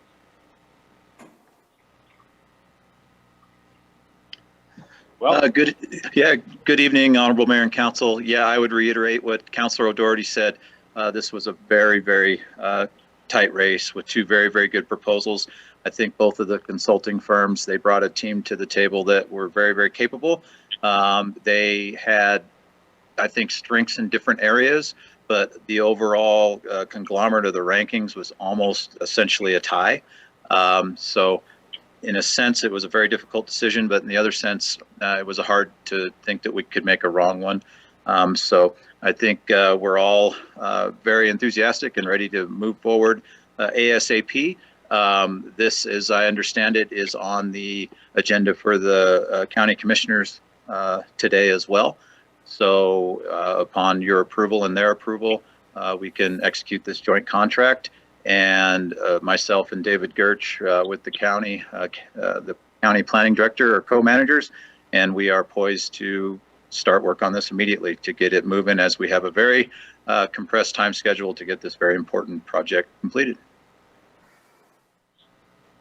Absolutely, Mr. Parkin, and I'm glad you noted that time schedule, and a lot of thanks to the city staff, the council members, Commissioner Ibarra, and members of the Environmental Advisory Committee for their time so far, and we'll do our best to adhere to the timelines. It's a challenge, but it's an important one that we want to meet. I think that's fair to say, Council. I don't think any of you would object to those comments. Any other questions for staff, Councilmember O'Doherty, or anything else? Yeah, Vice Mayor, please. Yeah, not a question, Mayor. Just like to reiterate my thanks to all the folks who participated in moving this project forward. We are so looking forward to reading this report when it's through. So thank you. Yeah, you bet. You bet, Vice Mayor. And yep, just those additional thanks, I think, probably would come from all 9 members of the council. It's a really important project. It's been a long time in the making. Let's see if there's some public comment on the topic.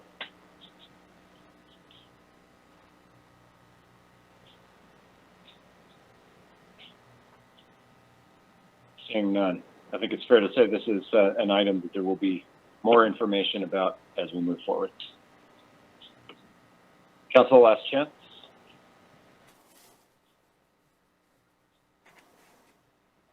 All right, thanks again for all the work on this one. City Clerk, can we have a roll call? Humby. Yes. Gabriel. Yes. Harrington. Yes. O'Doherty. Yes. Schmeckel. Yes. Schuster. Yes. Somerville. Yes. Pierce. Yes. Weaver. Yes. That's 9 yeses and 0 noes, Your Honor. Motion carries. Thank you, City Clerk. Takes us now to item number 17. I move to.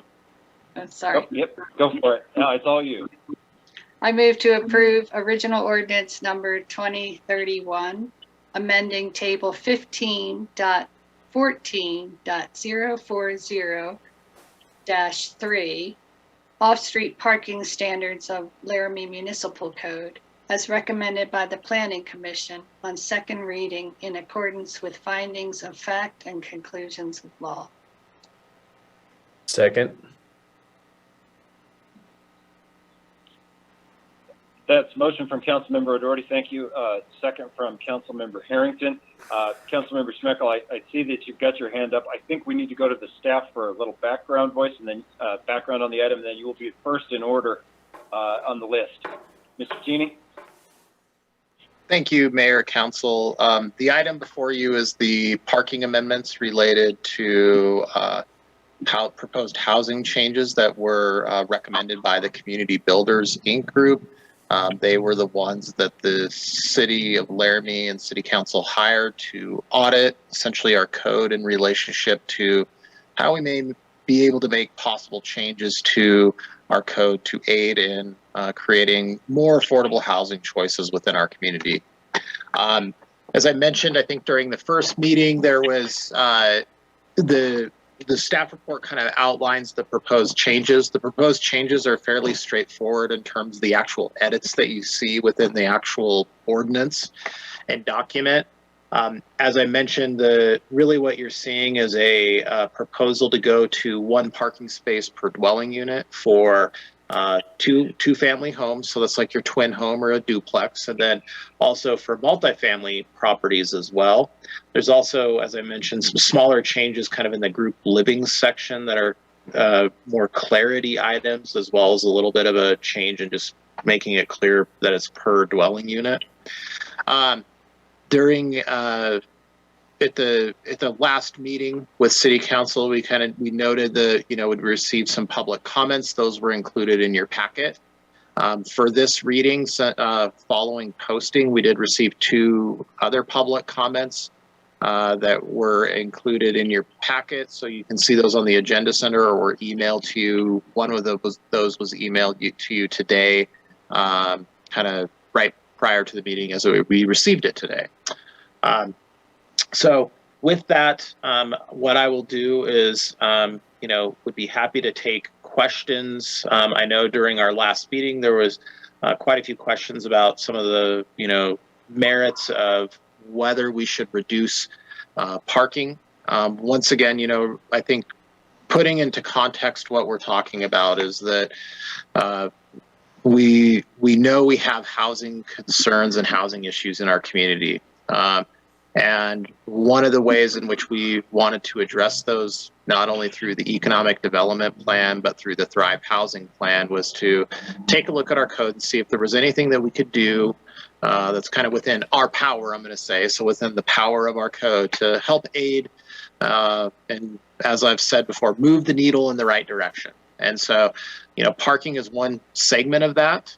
Kind of following on the heels of this, we will see the remaining changes that were recommended by community builders coming forward.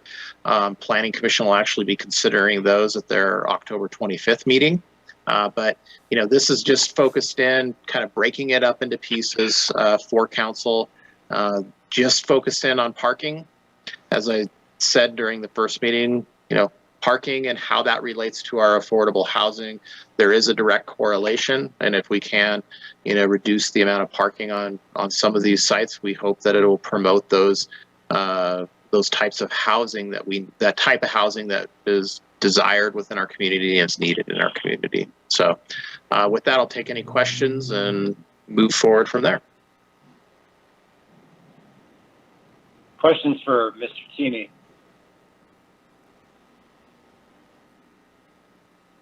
Mr. Cheney, one question from me. Last time when this item came forward and it was discussed at the council, I had asked you if you might be able to perhaps give us a sense of, to the best of your ability, and I understand a lot of these questions are always very difficult. So I asked this question understanding that, some sense of what housing opportunities you thought we might have missed out on or could welcome as a result of these kinds of changes. Do you recall that portion of the discussion? And you said that you would think about it and see if there might be something you could address the council about there. So I'll give you an opportunity to do that now. And I understand that's difficult. I do. Mayor, council, thanks. You're right. It's a little bit difficult to kind of really specifically address it because there is it's kind of a generality, I guess, in terms of, are we missing out on things, or what might we see with these changes? Here's what I can tell you, and kind of giving some thought to the question, is that often when we're doing development projects, both commercial and residential, parking is one of the largest things, usually one of the larger things that we talk about. Very rarely is the conversation related to how can we get more parking on a site. It's usually how can we reduce the amount of parking that's required. That's typically for a couple reasons. One, I mean, there is some cost savings there, right? Less improvements, can make the project less costly. Most of the time it's based upon space, though. It's based upon simply the properties that are available for whatever that use might be. Parking starts to be constrained. They just simply can't get the number of parking spaces on the property that they need to meet our code requirements. When we're talking specifically about residential properties, what we find is it becomes then a decision between the developer and the project essentially financially working out. And what it comes out to be is there is usually, for whatever property that's out there and for whatever price it's purchased at, there's usually probably a number of units that has to go on that property to make it to be financially solvent and make sense. And the developers come in, they talk with us, they try to evaluate those properties, and this is all before they even submit something. And a lot of times what we see is people simply just walk away from the property. They just know they can't make that project work because there's not enough space or they can't get enough units. Is it always tied to parking? I can't say that it's always tied to parking, but I'll tell you, a lot of times it is. One of the most recent projects we actually had within the city of Laramie is an affordable housing project over on Harrison Street. That project, specifically because of our parking, we lost affordable housing units in our community, period. It was a one-to-one. Because of our parking requirements, they simply couldn't get the building on the site to make it work. You'll see they provided a comment letter related to this. It's in your packet, where they spent the time, they really analyzed the parking for their sites. And that's pretty typical what you see with residential development. They kind of know where their sweet spot is. And so, it's a very, I'm going to say, tangible example of what I can point to and say. I'll tell you as well, we are in conversations within our office with different developers within our community looking at residential projects. This is something that they're observing and kind of seeing where it's going to land, as it will affect their project. Whether it means that it works or doesn't, we just can't say that right now. We're just not in that position, in terms of what they're talking about. But, it's like I said, it is a component of our conversation with every development project that we see come through our office. So we think reducing parking in some fashion does move that needle in the right direction. It gives us that opportunity for flexibility, and that's kind of what we're hoping to see. Thank you, Mr. Tini, and council members and Councilmember Schmeckel. I appreciate you allowing me to ask that question and dig into that a little bit, because I had noted it at the last meeting. I want to give Mr. Tini an opportunity to sort of address that. Councilmember Schmeckel, you have the floor. Thank you, Mr. Mayor. I move to amend the table as follows.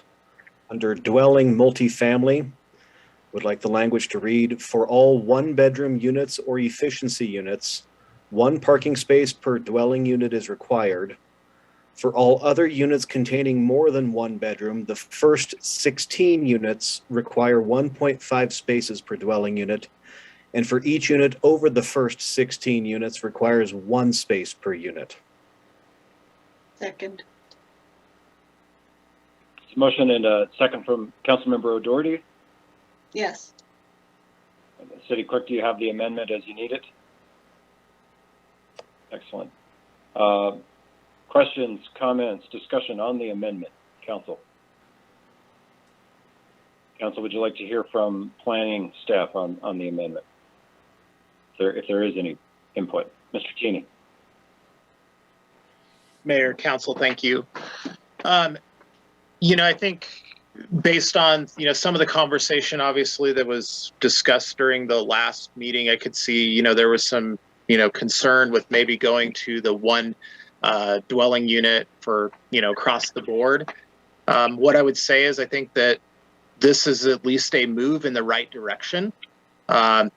What this does is it does reduce the amount of parking that's required for some of these multifamily units. It kind of tiers it out is what I would say based upon 16 and below and 16 above.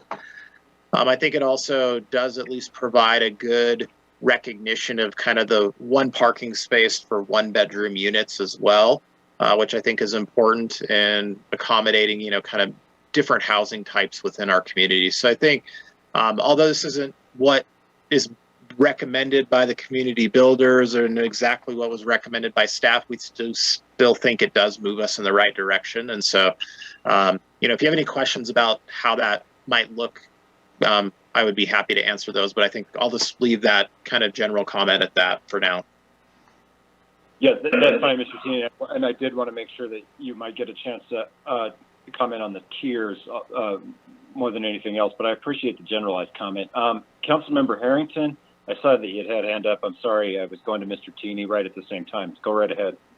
Yeah, Mr. Mayor, I had more of a comment as luck would have it. So I'm willing to just hold on to that until questions have okay. rolled through. Yeah, I appreciate that. Let's make sure that questions are out of the way, and then I'll go right back to you if there aren't any. I think some of what we're considering with Councilmember Schmeckel's amendment is fairly straightforward. So we may just want to get into the qualitative evaluation of it. All right, back to you, Councilmember Harrington. Yeah, thank you, Mr. Mayor. You know, I think I've been pretty open with you all about my interest in supporting the main motion here, but I do intend to support this amendment. You know, I think while I may prefer to go a bit further with it, I do appreciate the compromise of the other members, and you know, wanted to thank them for their efforts and willingness to have that conversation and move in a direction. I appreciate it. Thanks, Mr. Mayor. Yeah, thank you, Councilmember Harrington. Councilmember Schmeckel, it strikes me that I should give you a chance to speak to your own amendment. I apologize. Why don't you go ahead and take the floor if you'd like to dig in here. No worries. Thank you, Mayor. I think that while there is a significant case to be made for some of our larger developments needing to readdress the parking numbers, I feel that there's a significant concern amongst the community, as we've even heard this evening, that they have an expectation of a certain level of parking in their communities when a small facility might go up. And I think it's important that we recognize that and hopefully maintain that status quo and hopefully meet their expectations. I appreciate that. Councilmember Schmeckel, okay, I'm going to go to Councilmember Gabriel. I saw he had a hand up. Councilmember Thanks, Gabriel. Mayor. I just wanted to comment on the planning staff and their efforts to try and do something for our community in getting affordable housing. You know, it's not going to satisfy everybody, and I'm in support of this amendment. I think that, you know, the city is trying to do something because we heard from one of the public hearings on that one rental that we had 17 applicants or 17 inquiries about that one rental unit. And, you know, it's just housing is really, really tight here. So, you know, anything we can do, and I think this is a step in the right direction. And I think Derek and his team at the planning office should be commended and try and get something moving for the city. And I applaud those efforts. And, you know, council for consideration here tonight. Thanks. Thank you, Councilmember Gabriel. Other questions for the council member or staff as to the amendment?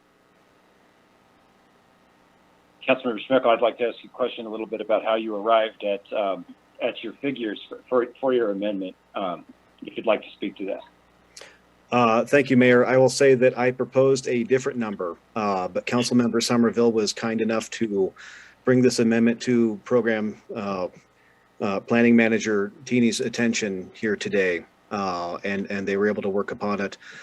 They actually proposed a slightly different number, which is what I sent out via email to the council earlier.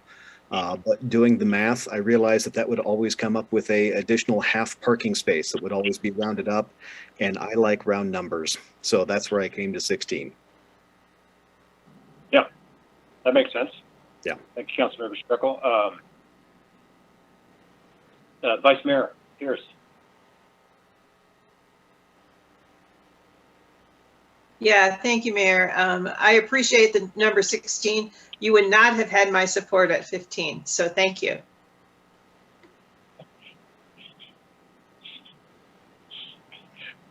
Vice Mayor Pierce voicing her support by the skin of your teeth, motion makers. Other questions on the topic? Okay. Why don't we see if we have input from the public on the amendment, on the substance of the amendment? So we've got a hand up, and it's Mr. Glass. I'd like to let Mr. Brent Glass into the meeting, and you have the floor, sir. Good evening, Mayor Weaver and members of council. I'm sorry I couldn't join you earlier when you had a hearing on this topic, and I would like to make some general comments, but since we're on the amendment, I will specifically address the amendment. I don't think it goes far enough. You're allowing 1.5 parking spaces potentially for a 3 or 4 bedroom unit, and then after 16 you're only allowing 1.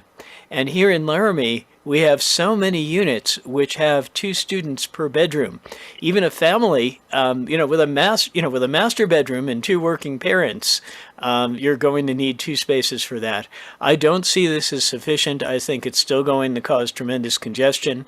I really think we really need to rethink this, because I don't think it's what the public is going to want. I don't think it's going to help sufficiently with, to maintain the quality of life that we have in Laramie.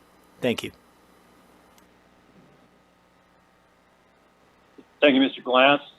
And we will, after consideration of the amendment, we will move back to the main motion and take comments at that time, as we do following procedure. Other public comments on the item. I'd like to recognize Mr. Eric Henderson, allow him into the meeting, and turn over the floor for public comment. Thank you, Mr. Mayor and council.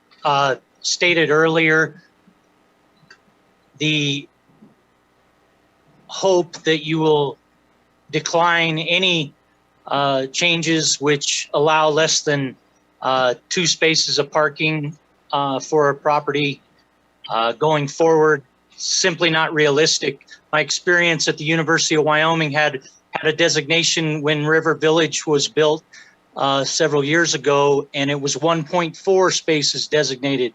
Proved insufficient then, and immediately upon opening, much congestion, much problem with respect to overflow parking to streets adjacent to that complex. I see no difference in the very sensitive historic area of West Laramie. In my direct concern as a resident at 168 North Pine Street. And I furthermore feel like if you're going to approach the area of affordable housing, you need to seriously consider what you're doing with respect to land taxation ease and so forth that allow builders to do so in areas that are not congested currently with existing residential areas, and furthermore allow for expansion of Laramie in terms of allowance for this housing if it is indeed a need. As others have spoken, the current existence of housing is probably much like President Dubois once said in respect to parking at the university. We have a parking convenience problem. We do not have a parking problem. Thank you. Thank you for your public comments. I'd like to recognize Lynn Baird into the meeting, and you've got the floor. Thank you very much. I challenge all of you to ask yourself, how many people do you know that have 1 vehicle per family? I personally don't know anyone who has only 1 vehicle. and where you live in a college town that has 10,000 approximately college students, and all this rental property where there are multiple people, because a lot of times there has to be more than one person in a bedroom for these students because they can't afford the rental property any other way. I worked at the university for 7 years, and I am very aware of the students and the problems with parking around town on the city streets. And even if you work at the university and you can't afford a parking pass, all over town, there's parking issues. And so coming from not this area, I've actually never lived anywhere that far as sparsely populated as Wyoming is, that has the parking problems that this town does. Thank you. Thank you for your comments. I'd like to recognize Karen Bard and bring Karen Bard into the meeting. Ms. Bard, you have the floor. Thank you. Thank you. And at this point in time, I would like to just speak as an individual, not as the Albany County Historic Preservation Board, but as an individual here in Laramie. You know, my personal circumstances are that, you know, my home has 2 individuals who work plus a student. There's 3 vehicles right there in that particular dwelling. I also have 7 rentals, of which they are all university students, and they're 4-bedroom units, and every student has a vehicle. So that for each house, you've got 4 parking spaces. I mean, given the demographics of Laramie and who you are trying to cater to within your community, you cannot ignore, in my opinion, the fact that you have dual working income families that have 2 vehicles plus students who every single student has their own vehicle, and 1 parking space, 1.5, is not going to meet it. And therefore you're only going to put more pressure onto the streets and the congestion and make Laramie basically an unlivable place with respect to being able to get around and manage parking, visiting, going any place. And it's difficult enough already to find a parking spot in Laramie. And this will just put more pressure on it. Thank you. Thank you. Thank you for your comments. Moving next in the list, I would like to recognize Gina Chavez and bring Ms. Chavez into the meeting, and you have the floor. Thank you. Thank you, Mr. Mayor and Council. Yes, my name is Gina Chavez, and I guess I'm echoing what many of my neighbors are saying. I wish that there was another answer. I wish that somehow we could encourage those folks that will be in our community for a short time. I wish there was a way that we had some sort of transportation available to them to get around town. I know you need a vehicle here. You need transportation. You just cannot walk around in the winter. It's just not practical and it's not safe. So I do think that reducing parking requirements then puts the burden and responsibility on neighbors who live around these multifamily dwellings. So I think, you know, I would certainly encourage us to, I guess, find another, maybe think outside the box and see if there's some other things that we can do in the future to encourage people who are going to be short timers here to not have to have a car here. I don't know, maybe that's not practical, but that's on my wish list. Thank you. Thank you very much. Thank you for your comments. Council, we've heard comments that speak to sort of the general issue of the motion, but I think the amendment is so closely related that there's certainly no problem with that. And I see no disagreement in the council on that. Council, back to you for any more discussion on this. Councilmember Harrington. Thank you, Mr. Mayor. I just want to point out that under the current code, there is a 2-bedroom unit would need the would need the 2 spots, but the reduction is really half a spot at this point for the 2-bedroom. So I just wanted to point that out, that we're not talking about eliminating sort of like the entirety of the parking. We're reducing parking by half a spot in a 2-bedroom, as the example sits and as the amendment sits.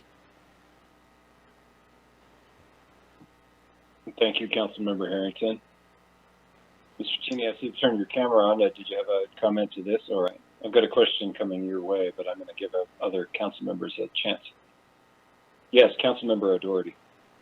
I'm trying to limit it to the amendment, but yes, please. There's a matter of fairness that when we have attached single-family dwellings, they only have to have 1 parking place per dwelling. So these rentals that people have that have 4 students in a 2-bedroom house and they have 4 cars, we're not even touching that. Maybe we should do something on that end, but this is not for those, and it's for new developments. It's not going to affect the stuff that's here now. Thanks. Thank you, Councilmember O'Doherty, and for your adherence to procedure to try to speak to the subject of the amendment, which I believe Councilor Harrington also did. Councilmember Somerville, I see that you raised your hand. You have the floor. Thank you, Mayor. I just wanted to make a brief comment on the amendment.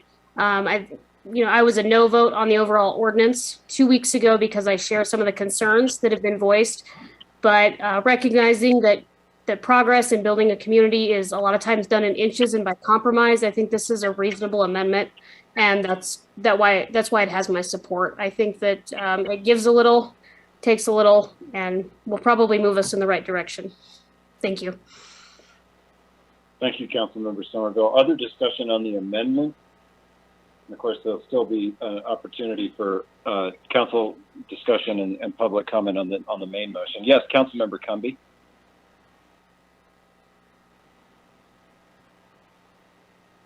Thank you, Mr. Mayor.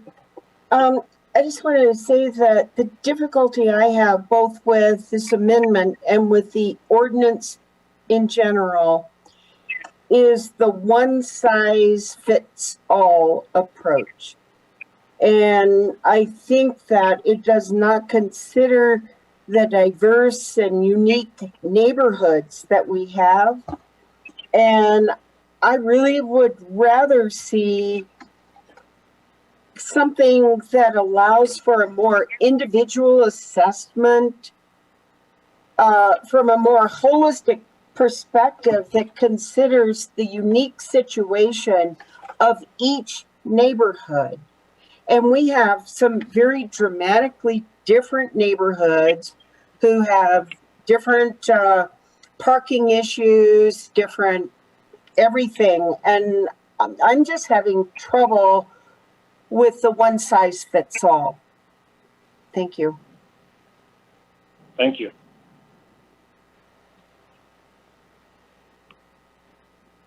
Councilmember Schuster. Thank you very much. I agree with that last statement wholeheartedly. My wife and I each have 1 vehicle. I know there's a city council person that is married that only has 1 vehicle. I know a tremendous amount of people that ride bicycles. The one situation, this is going to work fine, and in the next situation, it's going to be terrible because, like you said, you have 2 people per bedroom, you have 2 cars and everything, and it's not going to work. But if we have a group that brings bicycles and things like that and has 1 car that they share and things like that, it's going to work perfect. So we're doing a thing, one item fits all sizes. I hate to say that. It's going to be an individual decision on all of this stuff. So it's I've seen people that have one car and one motorcycle. I've seen people that have one car and 3 bicycles. So I mean, every single situation is different, saying what person is going to move into what house, and if they're going to school at UW or if they're working here in town or anything like that, is going to be terrible. And what are things going to look like in 10 years? Are we going to have this many cars? Are we going to have less cars, more cars? What is the situation going to be in 10 years? So a lot of things we do, we're not going to know for 10 years how they affect us. Thank you.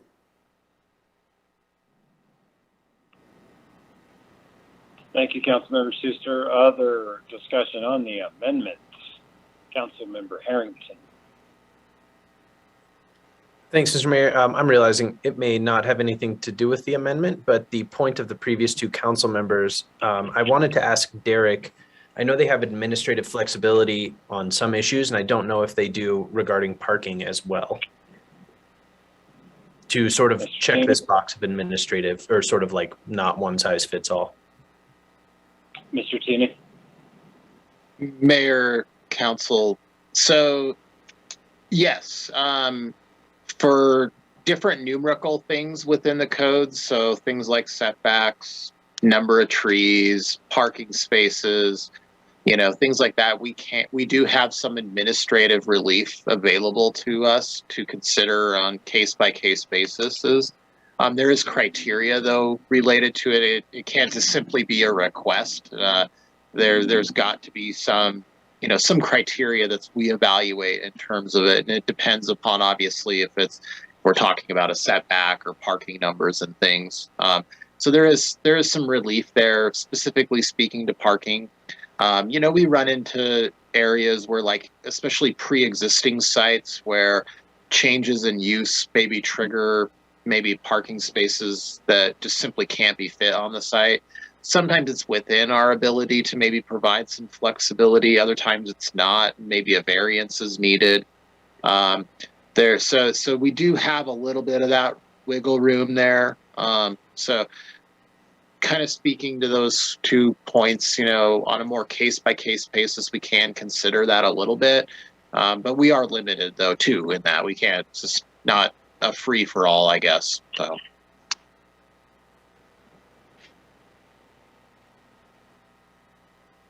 Further discussion on the amendment?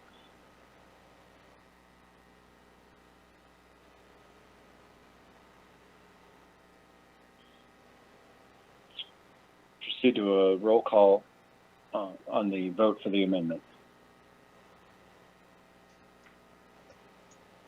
Cumbie. No. Harrington. Yes. Gabriel. Yes. O'Doherty. Yes.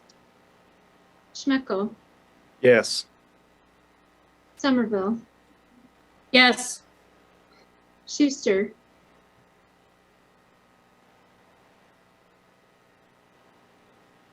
I'm sorry, yes, had the mic turned off. Thank you. Pierce. Yes. Weaver. Yes. That's 8 yeses and 1 no, Your Honor. The motion carries. The amendment carries. Back on the main motion as amended. Council members.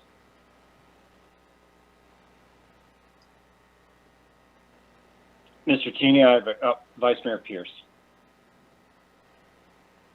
I don't have a question. I just have a comment. Do you want me to wait? No, you have the floor, Vice Mayor. Okay. I just want to say how much I also really appreciate the comments made by the folks in from the West Side, and I hear them and will not be supporting this parking change. I think the West Side is unique, and we have enough parking problems here in the tree area around our elementary schools during the day. I mean, we have many parking problems, and Councilor Cumbie is absolutely right.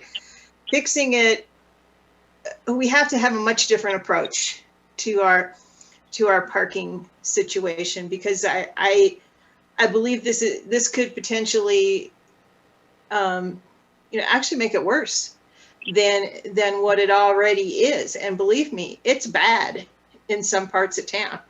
So I will not be supporting this particular item, but I voted yes on the amendment just in case it does pass. At least it's a little better, right?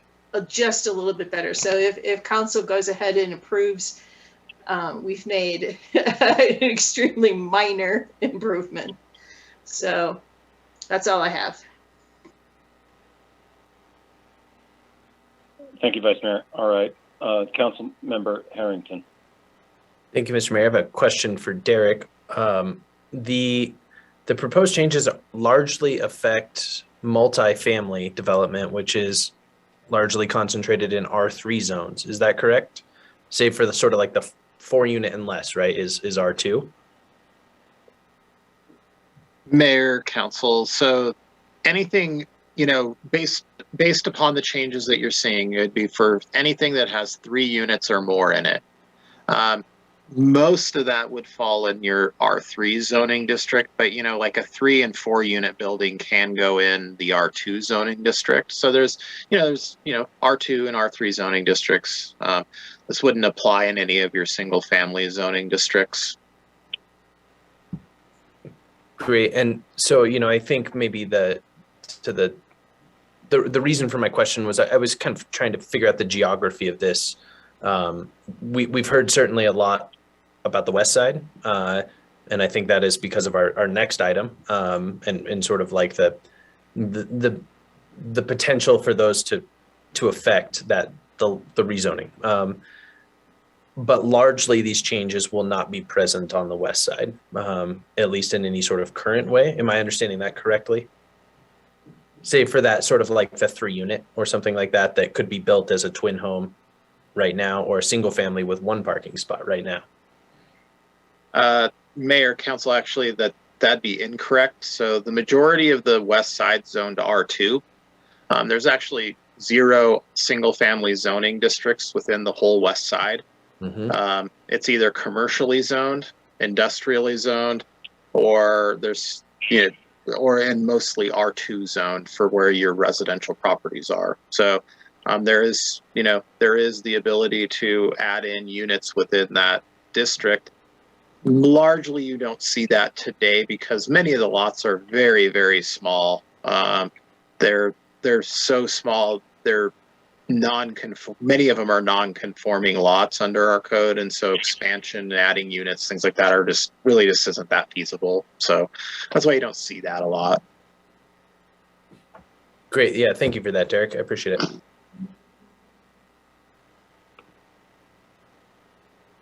Yes, I've got Councilmember Schmeckel speaking next, and then Councilmember O'Doherty. I believe you raised a hand to speak after that. Councilmember Schmeckel. Thank you, Mr. Mayor. Planning Manager Teeny, can you give us a sense of how many parking spaces are going to be created by UW and the 2 parking garages they informed us of last week? The one currently under construction and the one planned on the north side of campus, and any idea if that's going to be more total parking than what was currently available as of 6 months ago versus what they're expecting? Do we have any of that data? Mayor, council, so the only parking garage that's been approved and it would be permitted at this point is the one that's located between Ivinson and Grand Avenue. I'm just recalling off the top of my head, it's about 300 parking spaces. Net change in the area based upon like all the buildings and things like that have gone up, houses being removed and stuff all around campus. I don't have any type of an equation or anything like that. I really don't know anything else about any of the other proposed parking garages. So I can't really speak to that. Thank you. I recognize you're not a UW employee and appreciate the position. I appreciate it. the efforts. Councilmember O'Doherty, I had you next if you still had comments or questions. I had a question. So originally I was opposed to all the changes except for the group home section. But when I look at a single family home only needs one per dwelling unit, one parking space, and then an attached single family home only needs one, but a duplex currently needs more. And that doesn't seem fair, that a single family home only requires one per dwelling unit. And anyway, so I think as far as like economics, it's not really fair that, you know, that one, you only need one for a single family, but you need more for other attached things. So, but I was wondering, are garages required? Because I know a lot of people have the garage and then the parking space. And I think the market is going to, for new buildings, people are going to want, if it's a duplex, they're going to want the parking spaces. So I think the market's going to control some of that. So it made me worry about that less. But I'm wondering about garages being required. And a question to Mr. Teeny. Thank you. Mayor, Council, so yeah, in the proposal, the reason for making the attached, dwelling units the same as single family is because there's really no difference between them. They're just simply attached. So equitability, puts everybody on the same page. In terms of garages, there are only 2 zoning districts in which a garage is required. That's found in the LR and R1 zoning districts. Those 2 zoning districts are the only districts that require a garage. All other districts, you can put garages. It's up to you then. And then also you still are required to meet parking space requirements. So regardless of having the garage or not, we do count though a garage as a parking space. It is a space for a vehicle. And so that's, definitely something that we consider when we see projects. And so the one thing we can do is garages can be waived in the LR and R1 zoning district for actual affordable housing. So, that there's not just reduced cost housing, but like truly affordable housing. So like tax rate housing or Section 8 or something like that. So. Thank you. Cumby, I had you next. Thank you, Mr. Mayor. I was just going to make a comment regarding Councilor Schmeckel's question about the garage. And it was my understanding that the parking garage, the UW parking garage between Ivinson and Grand that is currently beginning construction would be for staff and faculty only. Am I recalling that correctly? Mr. Teeny, do you have the answer to that question? Mayor, Council, what we do know it'll be paid parking location, and that can change at any time. It doesn't matter who it's for or what it's for, but it's part of the you have to have parking passes to actually park in there. So it's going to either be faculty, staff, or students.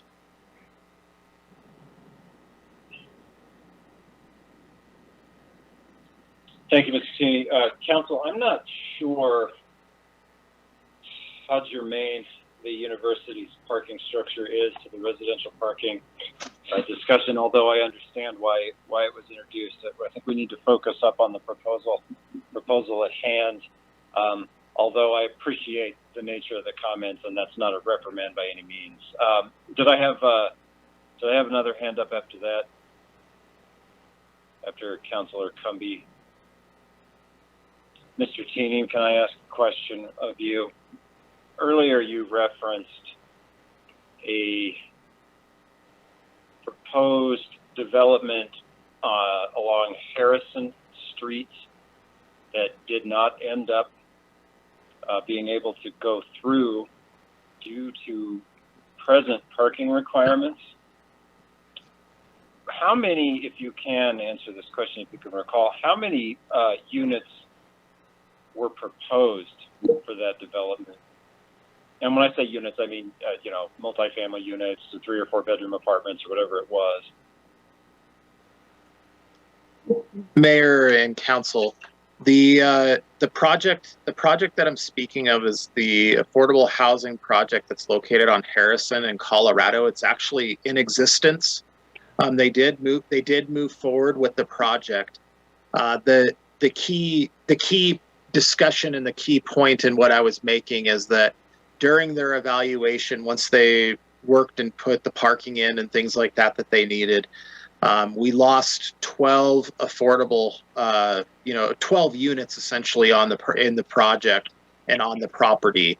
The project originally was scaled at 36 units, but once they evaluated the parking and the space it needed to put in the 24 units, they just simply couldn't get another building on the site, and so they had to scale back that project.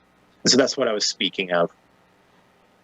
Thank you, and I misheard you the first time. I think I wasn't aware that the project had gone through in some form. Although I am now thinking of the property over there, and I know what you're talking about. Mr. Cheney, I have a second question for you that might be a little bit more difficult, and that is, do we have an idea of when the majority of housing in Laramie was built? Was there a time in which new home and new dwelling construction was at a peak where most units were coming in to the city of Laramie? Homes, apartment buildings?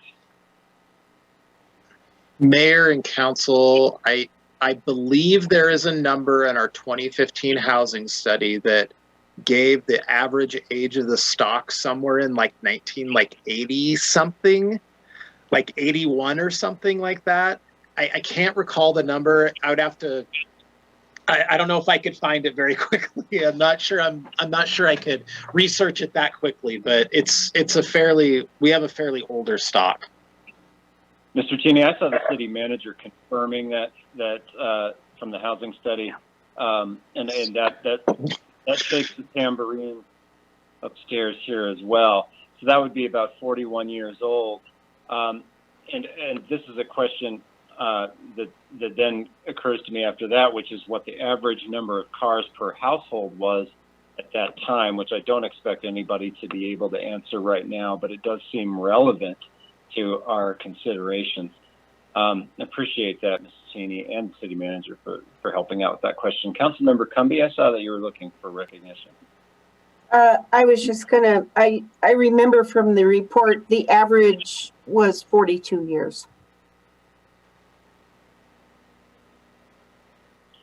Thank you.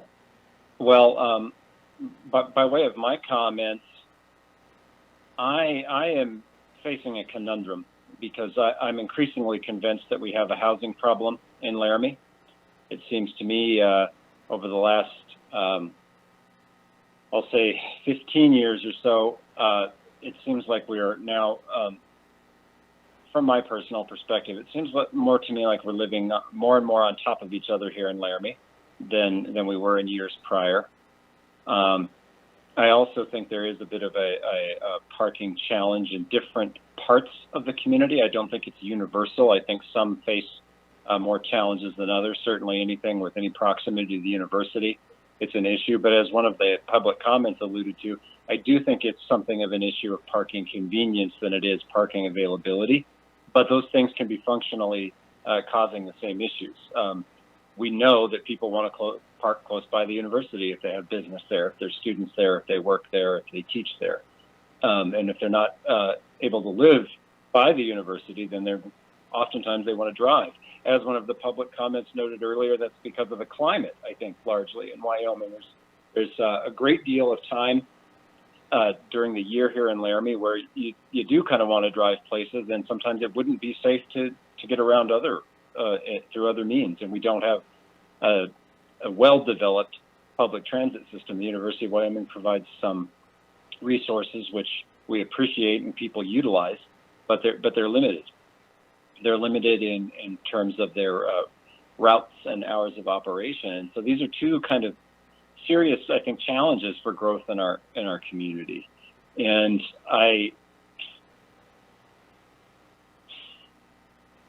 I'm having a great deal of difficulty reaching a conclusion as to which way I want to vote on this. My opinions are not as firm as some of the other members of the council that we've heard from, because I do think we need to try to do some things to address the housing challenge. And I am well aware that we had some parking problems. So I wanted to share that. I don't know if we have further discussion or commentary. I do need to go back to public comment on the main motion, but it's still to the council for now. Councilmember Harrington. I'd also like to know, Councilmember Harrington and other members of the council, if you allow me to, at 8:55. Councilmember Harrington. Thank you, Mr. Mayor. And, you know, I appreciate your comment. And I just wanted to express that, you know, that I too understand that there are parts of our community that are limited in availability of parking, and that, you know, that is an inconvenience and may escalate beyond that point for folks living in the area. And I can certainly understand the frustration if you lived in that area prior to that being an issue. I want to, for council though, hearken to a comment we heard this evening, and I just you know, admit up front that I do not believe this was the intention, living in bedrooms in Laramie because they can't afford to have their own bedroom. And I think that in a lot of ways, sorry everyone, I'm going to turn off my camera. My internet is all over the place. But you know, I think in a lot of ways that really illustrates the sort of acute need we have for more housing stock in Laramie, and more housing stock at an affordable level. And so, you know, I plan to support this, not because I don't believe that there is neighborhoods that don't have issues with parking, but because I believe that the housing units themselves are more important than I believe that the individual parking spot is. I would rather have people with places to live than places to park, if that is the unfortunate decision we as a body are asked to make. Thank you, Councilmember Harrington. City Clerk, can you remind the chair and, well, I'll just speak for myself about the current adopted rules for timelines on meetings and cutoff points for individual items? Thank you, Mayor. Yeah, the current length of the council meetings, that's what you're asking for clarification on, Mayor? Okay. Under the current version of our rules of procedure, no agenda item will be introduced at a regular business meeting or special meeting after the hour of 9:30 unless the city council members present vote to extend the meeting by suspending the rules by 2/3 vote to continue to 10 o'clock. Thank you. And City Council, I just addressed that because, of course, we have another substantive item on our agenda, and it's now competing for time with this other important item that we're on right now. I'd like to go to public comment on the main motion. I want to skip anyone, but I think everyone has had adequate opportunity to speak to the motion as amended. Let's go to public comment on the main motion as amended. I'd like to recognize Mr. Brett Glass and allow him into the meeting for public comment. Mr. Glass, you've got the floor. Thank you, Mayor Weaver and members of council. I really am concerned, as I said previously, that the motion as amended is not sufficient and would cause big problems in existing neighborhoods and more where there's new development or redevelopment, as on the west side with the Spiegelberg site and also around the UW campus. I don't think any of our 3 Ward 1 councilors should support this because a lot of these problems do occur in our ward. Councillor Harrington says that in some cases it's true that this would reduce the requirements by only half a spot. But the problem is you can't park in half of a parking spot. And if you don't have a hole in the park in, you can't park, and that'll force people out onto the streets. Now, I'm just very concerned about the trend here. City staff seems to be advocating for developers rather than for the general public, and also seems to be introducing proposals that constitute urbanization of Laramie, which is not what we want. As our mayor said just this evening, we don't want to live on top of each other, and this would really sort of force us to. We have as I mentioned before, we have too many dwelling units with 2 people per bedroom, and certainly most households with more than 1 vehicle per household. And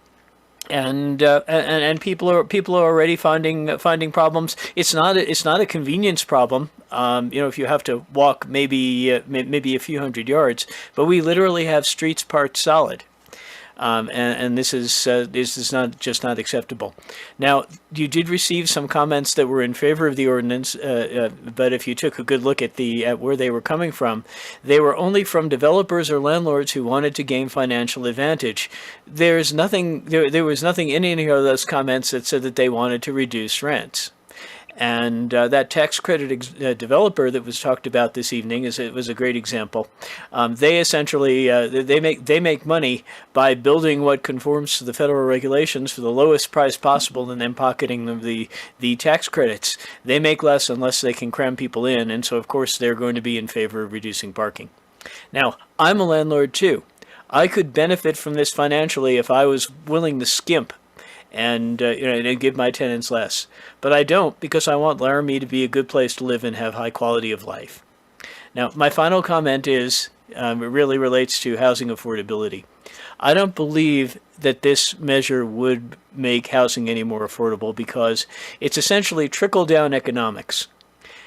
You're reducing the cost to the developer here, but there's no reason to expect that those savings are going to trickle down from the developer to the landlord to a tenant. As a matter of fact, they've been advocating it in the Thrive Laramie meetings and to the city staff, because they don't want to let those savings trickle down. They want them for themselves. And so we shouldn't harm the quality of life in Laramie by going ahead and allowing them to skimp. There is one thing when I read through this proposal that was worthwhile, and that is that there was an item in this proposal which I think you might want to consider separately, which reduced setbacks somewhat. Right now we have very generous setback requirements in the UDC, and I think that could be reduced without harming anything. Also, as Councilor O'Doherty suggested in a previous meeting, we might also want to reconsider some of our landscaping requirements, because putting trees in the middle of a parking lot does reduce the number of spaces you can have, and it doesn't necessarily add to the aesthetics. But ultimately, though, back to affordable housing, the affordability of housing is driven by materials costs, the recurring costs that the development faces, and above all, prevailing wages. And that's the most important thing. We really have a limited ability to influence the inevitable costs, that are just inherent in producing decent housing. So I think what we really need to do is work on economic development and developing good-paying jobs for the community, so that people can afford what housing just inevitably costs. And with that, I'll yield the floor. Thank you very much for your time. Again, please vote this down and rethink it, because I don't think it's the right approach. Thank you. Thank you for your comments, Mr. Glass. Other comments? I'd like to recognize Wendy Chapman and allow Ms. Chapman for an opportunity to make public comment. You have the floor. Thank you. Thank you. My name is Wendy Chapman, and I do live on the west side, but even so, I think I'm saying this in order to watch out for all of our neighbors in Laramie. I feel like the developers and builders have the upper hand at this point. It's a seller's market, and they're going to profit no matter what size of building or number of units they build. I don't think we need to give them more of an advantage and put the rest of us in a bad situation who've already invested in our homes and are just happy where we are. For the parking to just start getting crammed in wouldn't be good for any of us. And so again, I feel like this would benefit builders and developers, but not the current residents of Laramie. Thank you. Thank you very much for your comments. Other public comments on the main motion? I'd like to recognize Mike Miller and allow Mr. Miller into the meeting to make comments. You have the floor. Thank you. I think there's a little bit of misunderstanding as far as like the developer making money.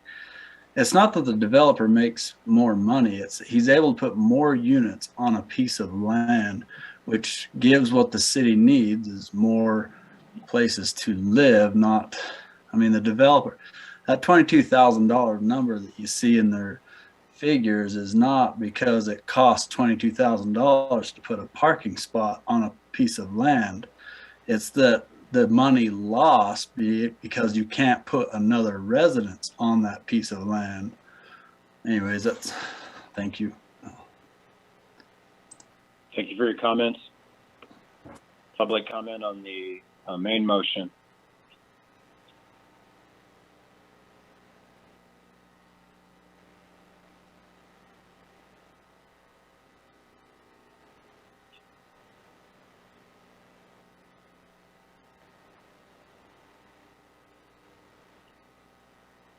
Seeing no further public comment on the main motion, we'll close the public comment period. Back to the council for closing comments, questions, and thoughts before we go to the vote.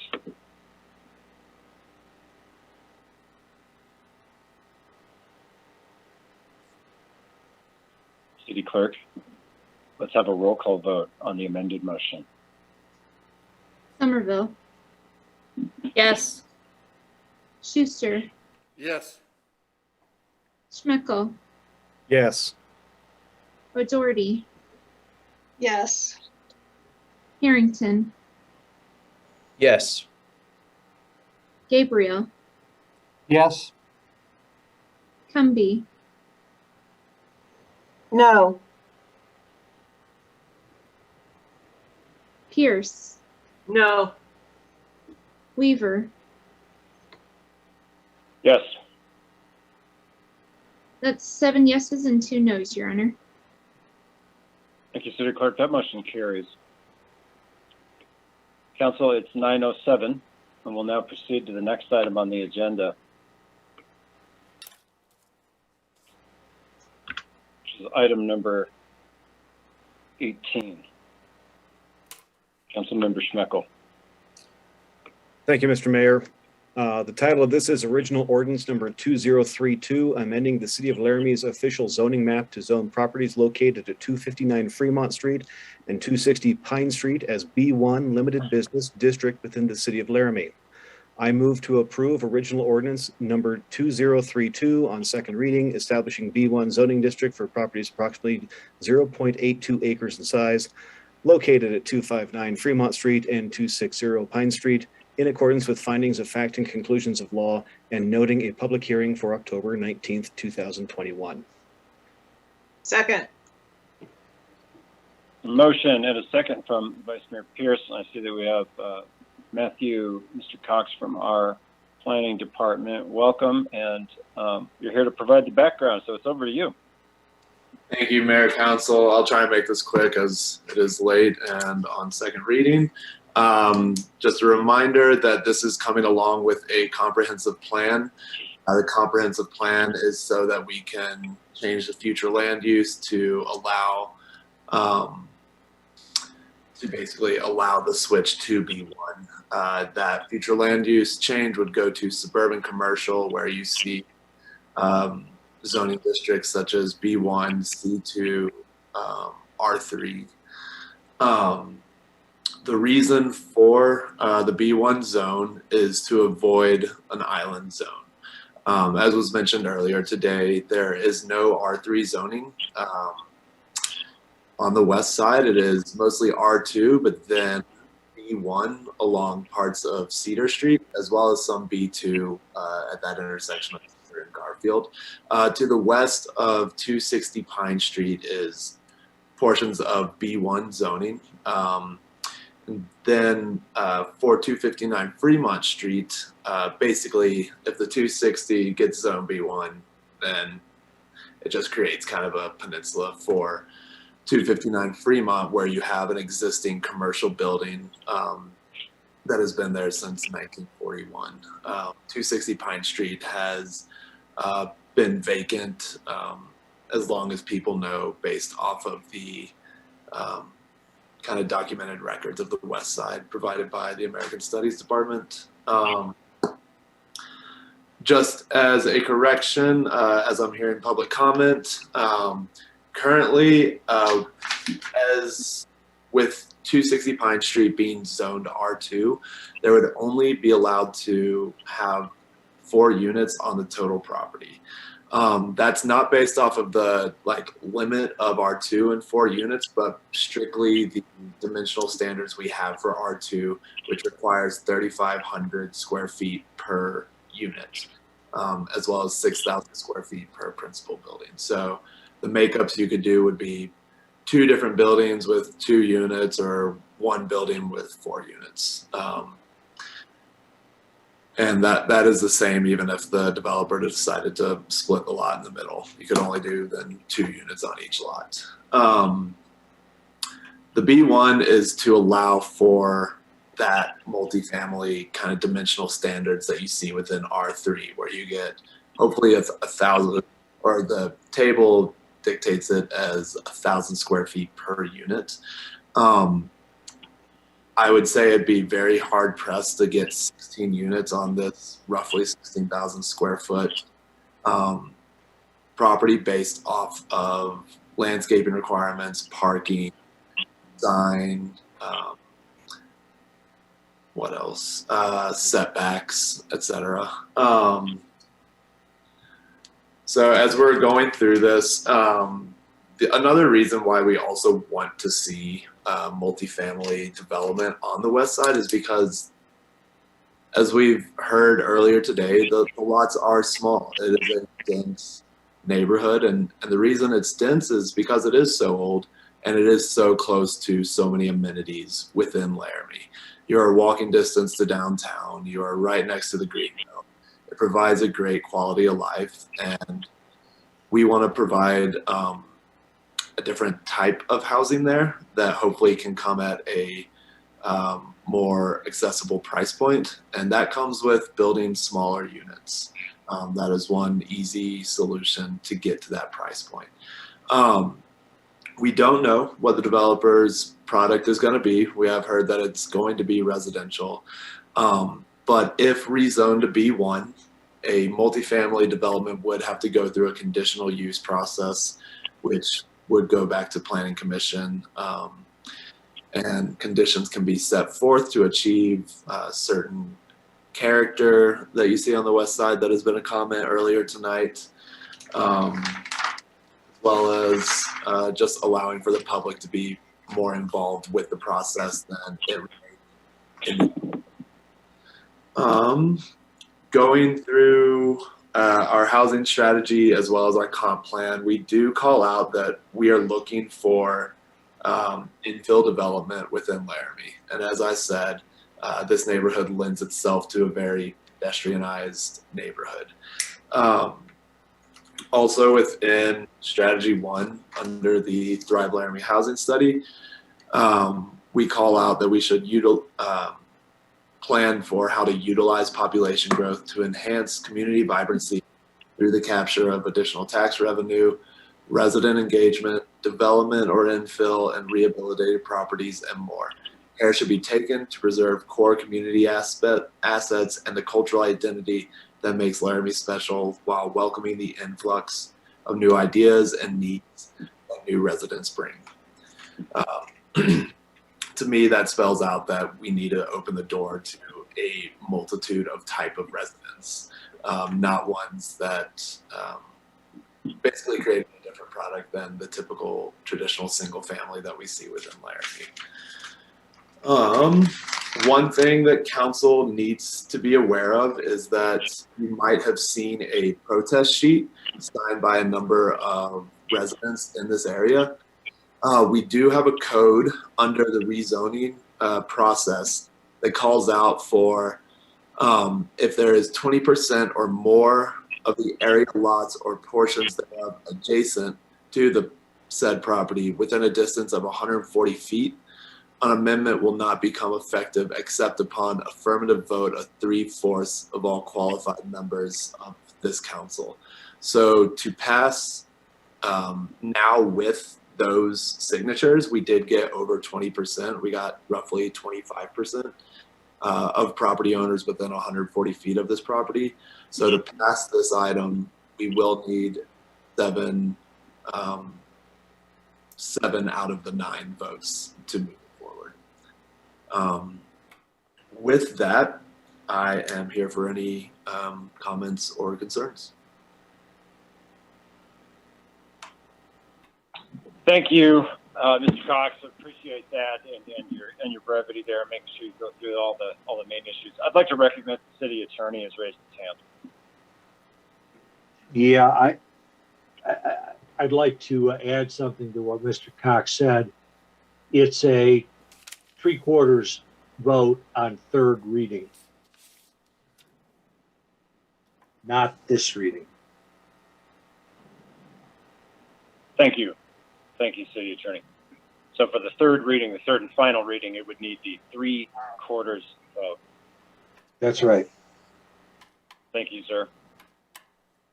Council members, questions for our planner on the item? General questions at this point. Council, I want to make sure that we provide adequate time. I wonder if there's a motion for extension of the item until the meeting until 10 o'clock, because I don't know that we'll wrap it up by 9:30, 14 minutes from now. I'd so move. Second. Thank you. Thank you, Council Member Gabriel, and a second from Council Member Schmeckel. All those in favor say aye or raise your hand or both. Aye. Aye. Aye.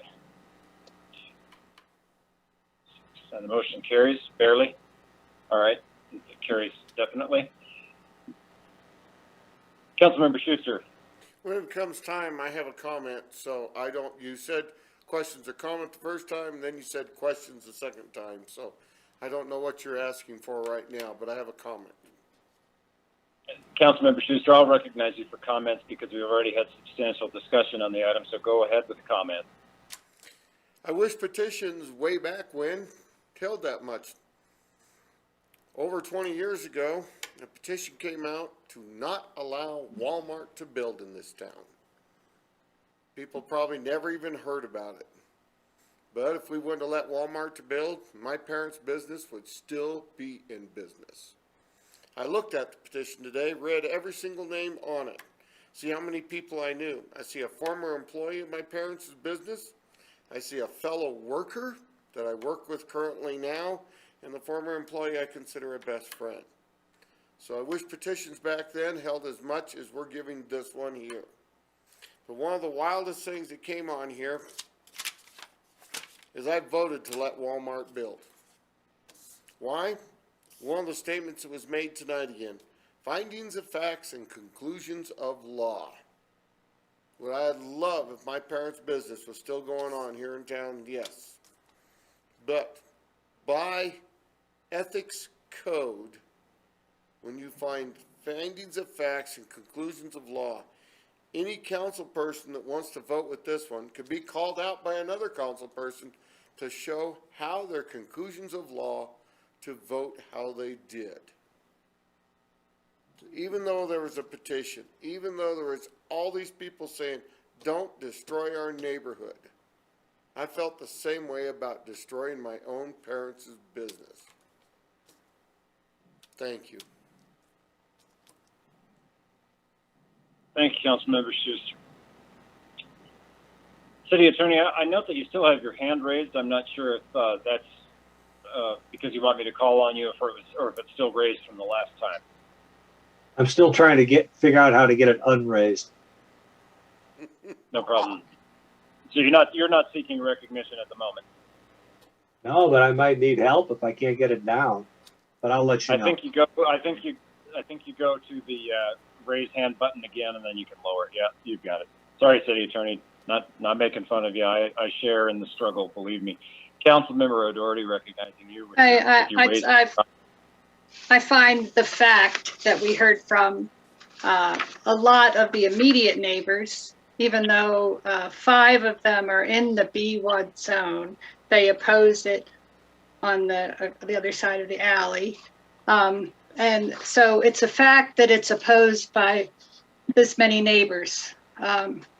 We got names, we got addresses, and I appreciate that. The other thing is, I think we're going the wrong direction. Instead of making this a B1, it seems like across the alley should be should match the rest of the neighborhood. That this island exists, that's like an artifact, a historic artifact, and just making it look a little weirder, I don't think that helps the planning. And also, if anything in Laramie is urban, what's it called? I don't know what the auto part. If anything in Laramie is urban, it's the west side. It's the starting of Laramie. So to say that's suburban commercial, that to me, that is just incongruent with the neighborhood and then what we're hearing from everybody. So I would rather see a historic overlay. The petitioner is asking to change the zoning, and we're not forced to change zoning. We can check with the attorney, but the finding of fact that 1, 2, 3, 4, 5, 6, 7, 8, 9 immediate neighbors oppose, to me is pretty significant fact. So I oppose this. Thank you. Thank you. Mr. Cox, I'd like to ask you a question along these somewhat technical lines that have been pointed out. I believe one of the findings that either the Planning Commission or the City Council can cite, should they vote in the negative, is detrimental impact to the community. Am I in error in that belief?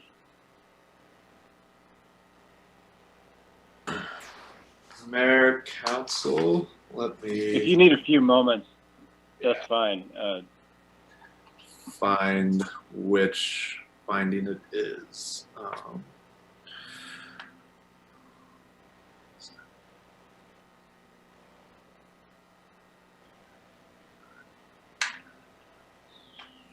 Mr. Cox, I'd be happy to move on to some other discussion and give you a few moments to do your research there.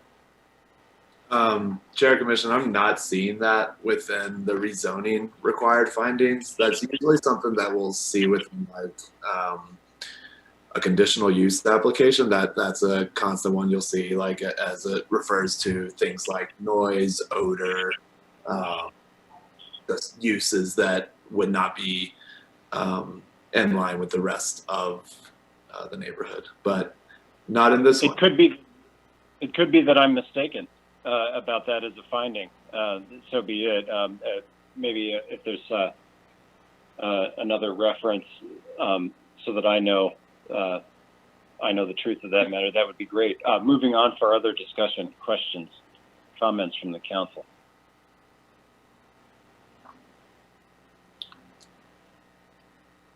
Councilmember Cumby. Thank you, Mr. Mayor.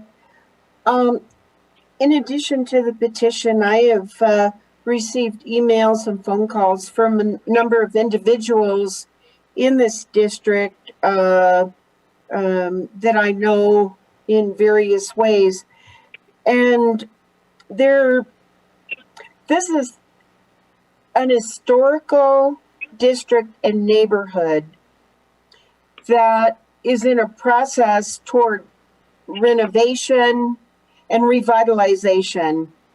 And I would just encourage the residents to move forward on your ideas about designation as a historical area.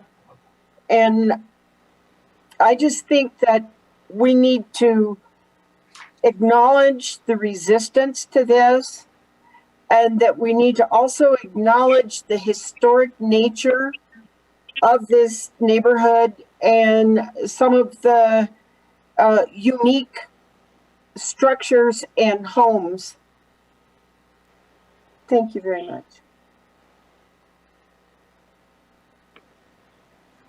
Thank you, Councilmember Cumby. Councilmember Harrington. Thank you, Mr. Mayor. I'll be brief, just given the hour and the interest of the public to comment, I'm sure. I'm really struggling with this. The Ward 1 council members have had considerable conversations, 3 meetings, maybe 4 at this point, with the residents of the West Side and the folks that live around, hearing, largely the same things we've heard tonight, and from more people than we've heard from tonight. And that is giving me some pause. I was favorable to this last time, and I'll be honest, I don't know where I come down. Still, I'm toiling with this decision.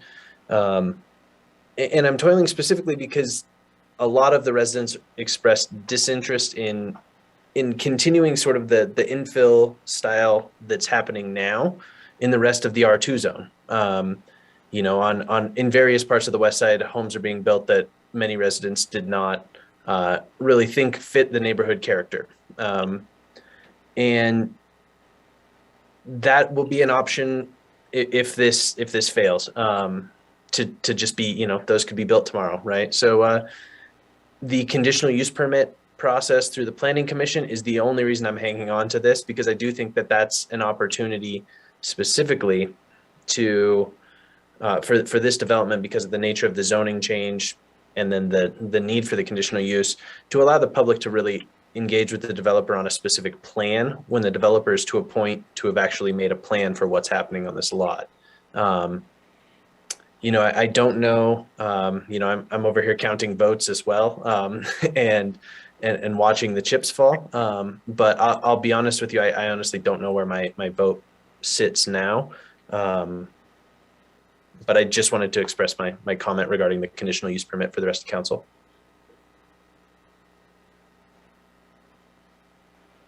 Further discussion from the council?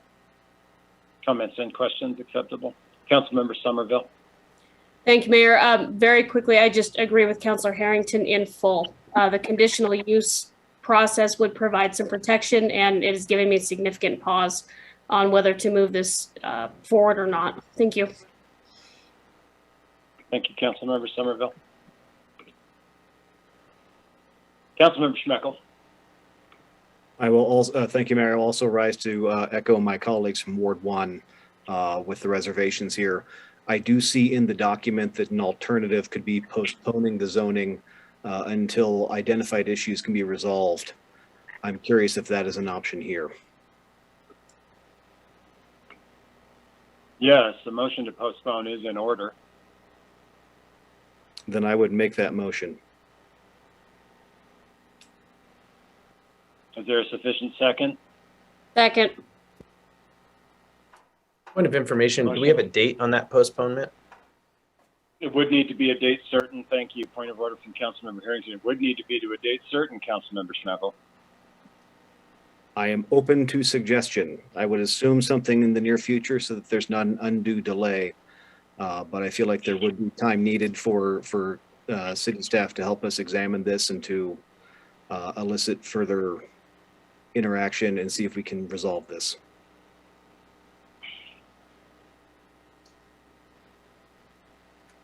Councilmember Somerville. Thank you, Mayor. I would suggest a 4-week delay, which would put it at the November 16th meeting. So moved. Second concurs. I do. Mr. Cox, please. Mayor, Council, I would just ask that you reach out to the applicant, Mike Miller, and make sure that's a day that may work for him. Yeah, fair enough. And we'll allow for comment on this. Yes, Mr. Teeny. Mayor, Council, could I get a little more clarity on what the council is asking us to look into exactly? I'm just not I'm just not 100% clear what we're supposed to be doing other than delaying it for 4 weeks. Thank you, Mr. Tini, and I think that's a fair question. Council, I'd like to open this for discussion, and I'll note that we've still yet to go to public comment, and I do have some comments about this myself, but I'm going to go to Councilmember Somerville. Thank you, Mayor. Just briefly, the request that we've heard from the residents, including at a meeting last night, was they would like some time to investigate what impact this rezoning would have on a historical designation application. They've also requested additional time to have more meetings with the neighbors, and I understand there is probably a desire to meet with the developer again. Thank you, Councilmember Somerville. Other discussion on the postponement motion? I'd like to make a comment. I'd urge us to resist this motion to postpone and simply get to the heart of the matter, because I think the remedy that we may find ourselves looking at for the West Side neighborhood, given some of the concerns that we've heard, is going to take us in a direction that the postponement won't necessarily provide us anything for. And I'm just going off of on the basis of some of the comments that I've heard so far. So I think I'd urge the council to resist that and look towards disposing of this one way or the other, positively or negatively, as it stands before us tonight. That's my opinion. Are there any other voices for this discussion?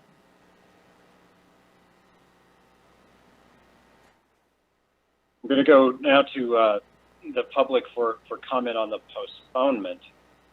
And I'd ask respectfully to please have our public, Councilmember Gabriel, before I go to public comment. Sure, just point out that this is second reading, so we have yet the third reading to talk about, as you mentioned, that maybe we can get some of these issues resolved before we move on to number 3, possibly. Thank you. Thank you, Councilmember Gabriel. A relevant comment, to be sure. I'd like to go to the public now, and I would just respectfully request the public to cue their comments right now towards the postponement. And I'd like to recognize Karen Bard for public comment and allow Ms. Bard into the meeting. You have the floor. Thank you. Thank you. I do have one question for clarification. It was stated that due to the signatures, the 20%, that it would require 3/4 on the third reading. If you choose to vote on this tonight, what does it require? Does it still require the 3/4 or just a majority if you vote tonight? For the postponement, that would require a majority vote. It wouldn't be the final disposition on the question of rezoning. It would just be whether or not we were going to delay. Yeah, I understand that one. I just was curious if that fails and you choose to move to vote, as you suggested for clarity, what would be required for the vote tonight, since it's not third reading?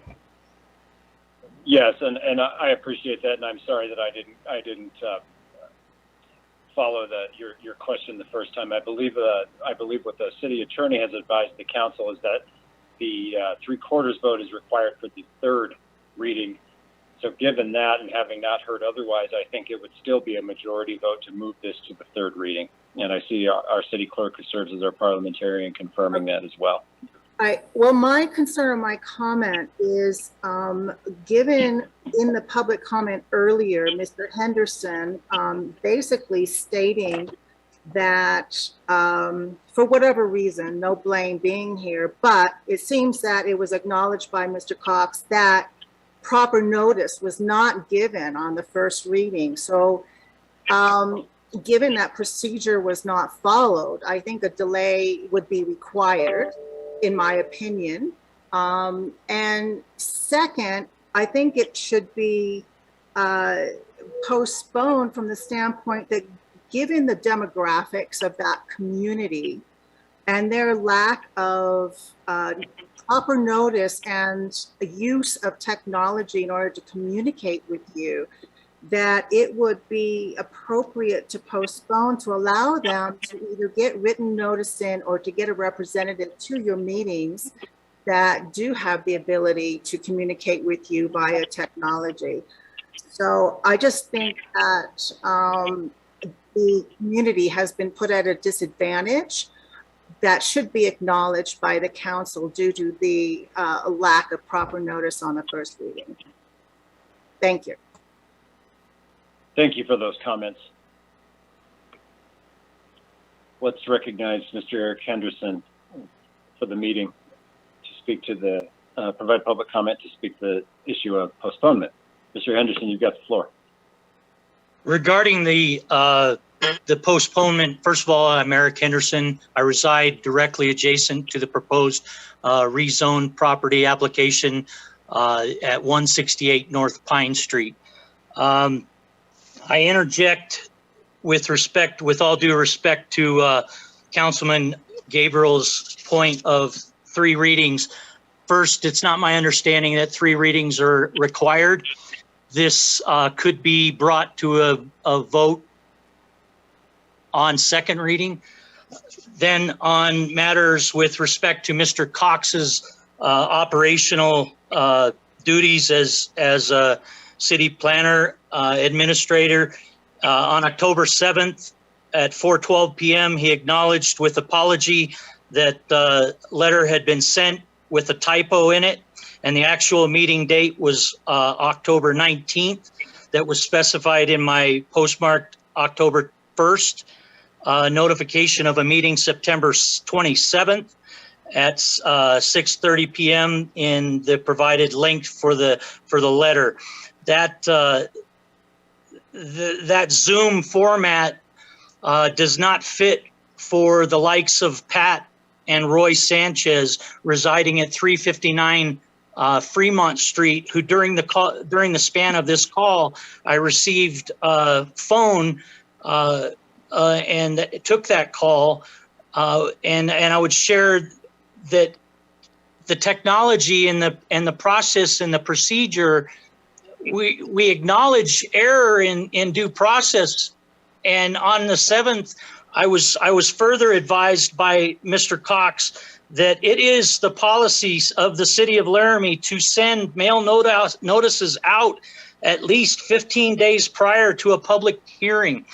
Well, on October 7th, if my math is correct, 7 plus 15 days of due notice according to standard procedure for the city council, for the city of Laramie's operation, that would say that the 22nd would have been a due date for such a meeting to be held. And I appreciate Mr. Cox personally requesting and professionally requesting that stakeholders be present. I'd equally request of Mr. Cox and the entire city of Laramie that you take the same care for every resident who's affected, like Roy and Pat Sanchez at 359, they're abutted, and their property their view is going to be directly north into any development and due east into any development, whether that was under the current zoning, which I think everyone in the neighborhood is they're more than understanding that we all made a lot of considerations and a substantial investment, and we've absorbed present taxation that increased as much as 16% to pay for schools and other things, and that was a vote that basically went against property owners of the entire city based on the entire voting population to vote in a measure that we were outnumbered as property owners. To the motion of postponement, I would really appreciate the care that Mr. Cox and the planning manager seem to be giving to development, as in the way that it's developed according to the most directly affected residents in this case. Thank you. Thank you, Mr. Henderson. Thank you for those comments.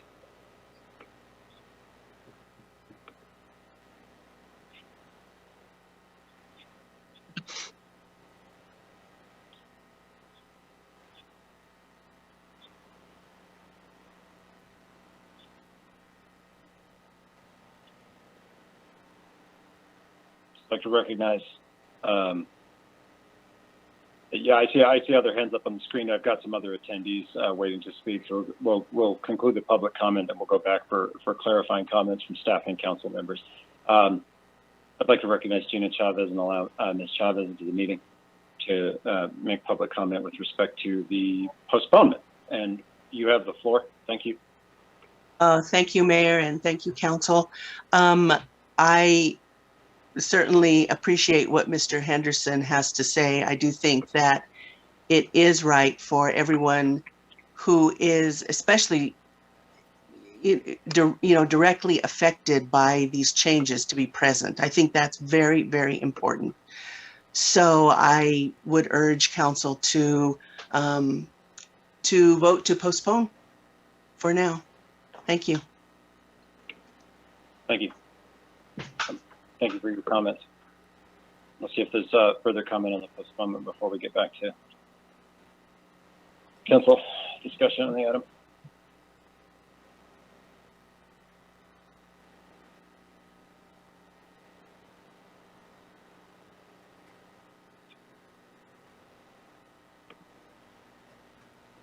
Council, I'd like to recognize Matthew Cox from Planning because he had was seeking recognition before the conclusion of public comments. Go ahead. Mayor, Council, thank you. I just want to basically address some of Mr. Richardson's concerns, and that it is required. Mr. Henderson. Henderson, sorry.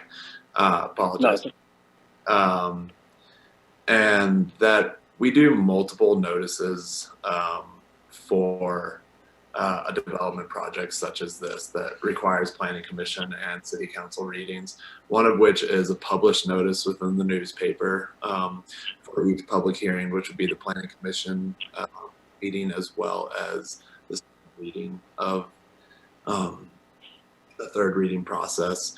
We did send out letters for Planning Commission, of which under 1506030D5 is that the notification of property owners shall apply only to the initial presentation of the proposed development to the public hearing unless otherwise directed by the city.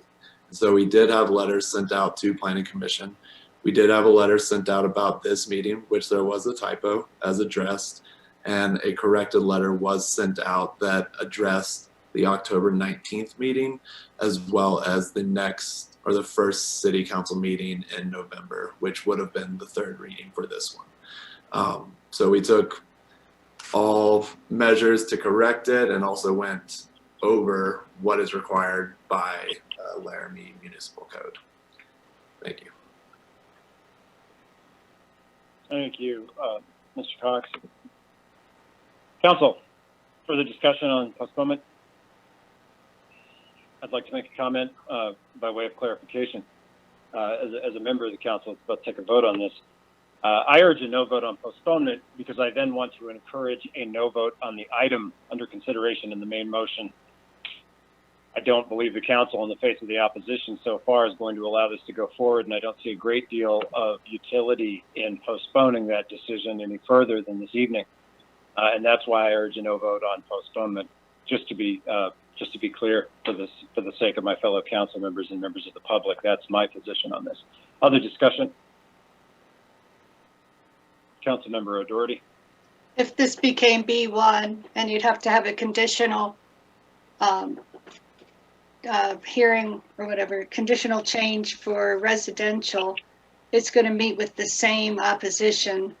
And so I don't see the point of changing something, calling it suburban when it's smack in the middle of the town, and then having to have a conditional use permit for the B1, which means more expense for the developer and also we'll get plenty of opposition. I predict at least 34 people from my count. So, so I'm voting against the postponement because I want to vote against the measure. Thanks. Thank you, Councilmember O'Doherty. I was waiting for you to bring it home to the subject of postponement, which you did. Yes, Mr. Cox, please. Chair Commission, I just want to point out the definition around suburban commercial is based around commercial uses that would benefit a residential area. So these are uses that you're going to see, businesses that you'll find within neighborhoods, such as, I'm trying to think of things such as Bud's Bar and Bernie's and, the historic office spaces that used to be on the west side. The other fact is that, we really don't believe that the R2 district is going to allow enough flexibility to start approaching that infill development that we've been having through all of our housing studies, where we need more housing units. And R2 right now will not allow that for a property of this size. And that's where the B1, allowing for a greater density and typology of housing, as well as being able to use the conditional use application to address some of the concerns we're hearing from the public, and possibly design a housing unit that meets everyone's criteria and that it pays homage to the historic nature of the West Side while also bringing in the much needed units within this city. That's the main reason we are trying to change it. And suburban commercial, I do understand that the name is misleading, but it is meant to be a benefit to a residential community.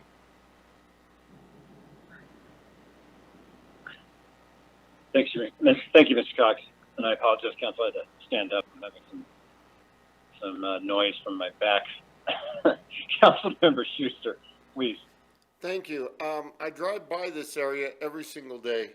So I'm curious, a brand new set of row houses where the railroad tracks came through there was just built. There are 4 houses all attached together, probably within 4 foot of the property line. The next house on the other side looks like it's in 2 foot of the property line. And I looked, and there even is a window that looks at a side of a house 5 foot away. Is that R2 where those 4 brand new houses were built? Mayor, Council, yes, that is R2. They're not all connected together. What you'll find is that they're basically twin homes, and so you have 2 that are connected together, but those are also, 1 unit is each sitting on about 4,000 plus square feet of frontage. So you're having 2 units per, I don't want to say like 9,000 square feet, which is just not achieving the density. And we're also talking about a price point for those type of homes that are now reaching at 320,000, originally 260,000 just last year. So there is sorry, go ahead. How much space is between those two duplexes? It can't be much then, because I sure never noticed there was even a gap in there. Mayor, Council, you'll have 5 feet on each property line, so you have a required 5 foot setback off the side of each property. So 10 feet essentially between the 2. Thank you. And the property line, what would it be? It'd be on the south side. That's right up against the house. The house is really close to its property line too. Does that have to be 5 feet? Mayor, Council, the house I think that we're talking about right now was originally built almost right on its own property line, and so the new structures that have been built are 5 foot setback there off their property, but unfortunately it's just about 5 feet from that house. Yeah. Okay, thank you. Thank you, Councilmember Schuster. Council members, I don't want to be overly strict about things, but I think we're getting away from the postponement that we still haven't voted on. I figure we're saving time because these comments are eventually going to be made anyway, so it's okay. But let's try to get back to the postponement, get to a vote on the postponement. The time is now 9:49. Further discussion on the postponement motion. City Clerk, can we have a roll call on the postponement motion?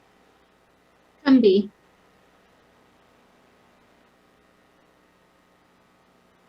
No. Gabriel, No. Harrington, No. O'Doherty, No. Schmeckel, No. Schuster, Yes. Somerville, No. Pierce, No. Weaver. No. That's 1 yes and 8 no's, Your Honor. Thank you, City Clerk. Council members, we have 10 minutes for the remainder of this item, and we've had members of the public that have stuck with us all evening to discuss this. The meeting will have to come to a close at 10, which means we possibly filibustered this into postponement inadvertently anyway. Council members, do you have any desire to make further comment at this time? Would you like to go to public comment where we could perhaps encourage members of the public here to consider speaking through a spokesperson as to their concerns? Certainly, you can do whatever you want. This is simply just a suggestion to speak perhaps through a spokesperson as to your generalized concerns. You have many effective voices that I believe you could rely on to do that. You can choose to address us that way if you'd like. You're certainly not required. You're free to make public comment however you'd like. I do sense that the council is approaching a vote on this, but we may run out of time. So, members of the public, it's open for public comment now.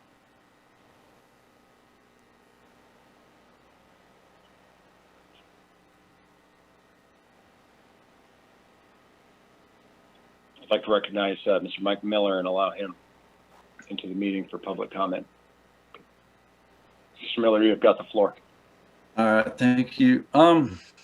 So as it stands right now, I could actually build 2 of those townhouses that's just like the ones, exactly like the ones that's just been built down the street without no questions asked. And then on the smaller lot, I could build another home, right?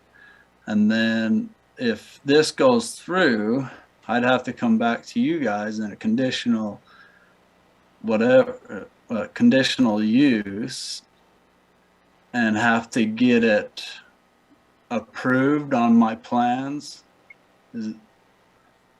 That's all I got to say. Thank you, Mr. Miller. Appreciate your comments on the topic.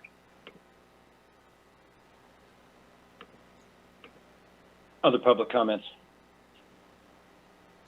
I'd like to recognize Gwendolyn Christie. Allow Ms. Christie into the meeting to make public comment. You have the floor. Thank you.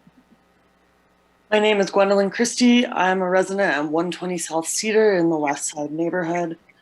I think it could be useful for me and my neighbors to work with the developer to create a plan where we can have something that's like in kind of historic character that still provides affordable housing for residents. I understand that development, you know, the attitude of not in my backyard, none of us really like it, right? But as he said, he can do what he wants with his property to a certain extent. And I think teamwork and working together on this one is going to get us both sides what we want. Thank you. Thank you. Other public comment? I'd like to recognize Eric Henderson, allow Mr. Henderson into the meeting to speak to the main motion. Mr. Henderson, you've got the floor. Thank you, Mr. Mayor and Councilman. Mr. Miller's comments concern me even more as I hear the last statement made to meet with Mr. Miller. I would tell everyone, had Mr. Miller had the interest of neighbors in this regard, we could have met before all of this started.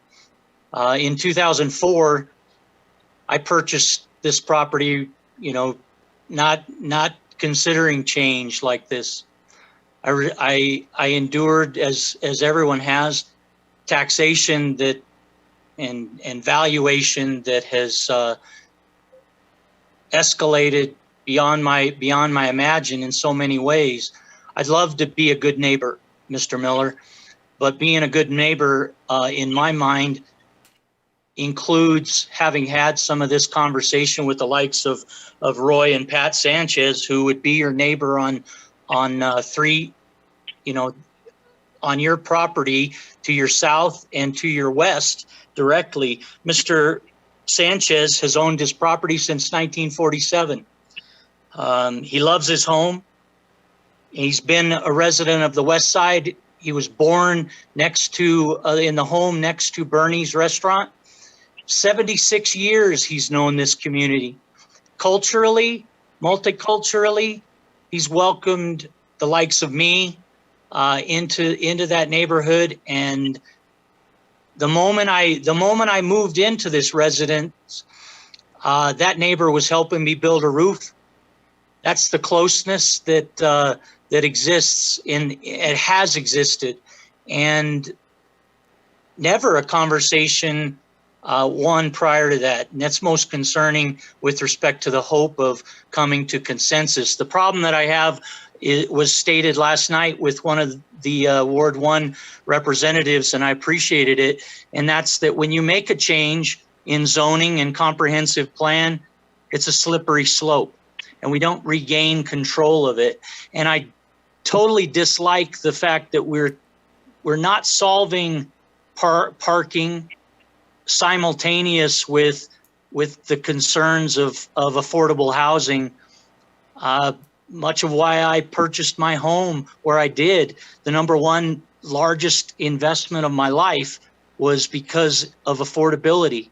That price point doesn't exist, and I doubt with new build you're going to have it happen. But lacking the conversation in advance, I'm most concerned with the possibility of changing. So I appreciate council in your deliberation, and I'll respectfully abide by your decision. Thank you. Thank you for your comments.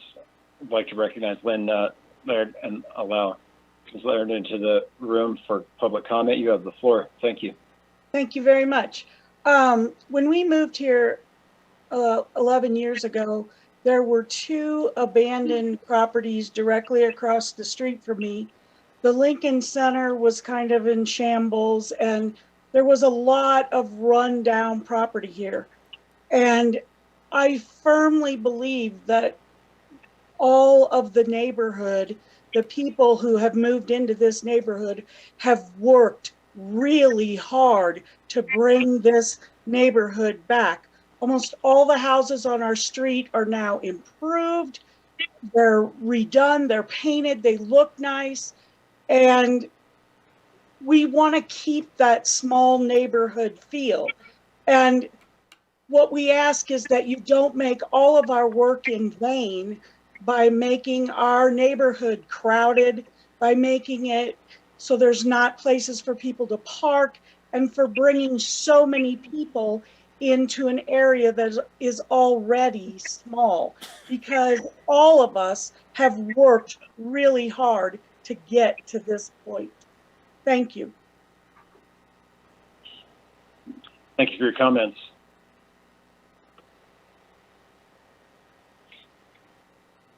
Council members, further discussion on the main motion. Councilmember Somerville. Thank you, Mayor. I just want to kind of summarize one of the things that we just heard, which is those attached, the twin homes that were built. The Ward 1 council members, I guess I'll just speak for me. I have heard specifically, the residents don't like those. They don't want that type of building in their neighborhood. So I am again struggling with a conditional use process, which would give them some ability to weigh in on the process versus no ability, and potentially having similar structures built that do not blend into the character of the neighborhood and don't fit the character of the neighborhood. And so I would just ask everybody to think about that as we come to a vote. Thank you. Thank you, Councilmember Somerville. I don't believe we're going to be coming to a vote. Council members, the meeting expires in less than 60 seconds. So through simply our rules and procedure alone, I believe the meeting has to continue to the next meeting. City Clerk, am I correct? That is correct, Mayor, after 10 o'clock. So if you had further comments, they will get an opportunity to be made, but I don't see us rushing through comments, deliberation, and a vote in the next 30 seconds or so. I do think we're faced with, once again, a bunch of challenging issues on a proposal, trying to balance several things. It's now 10 o'clock, and per our rules and procedures, the meeting is adjourned. Have a good evening. Good night. Thank you for being here. Thank you, everyone.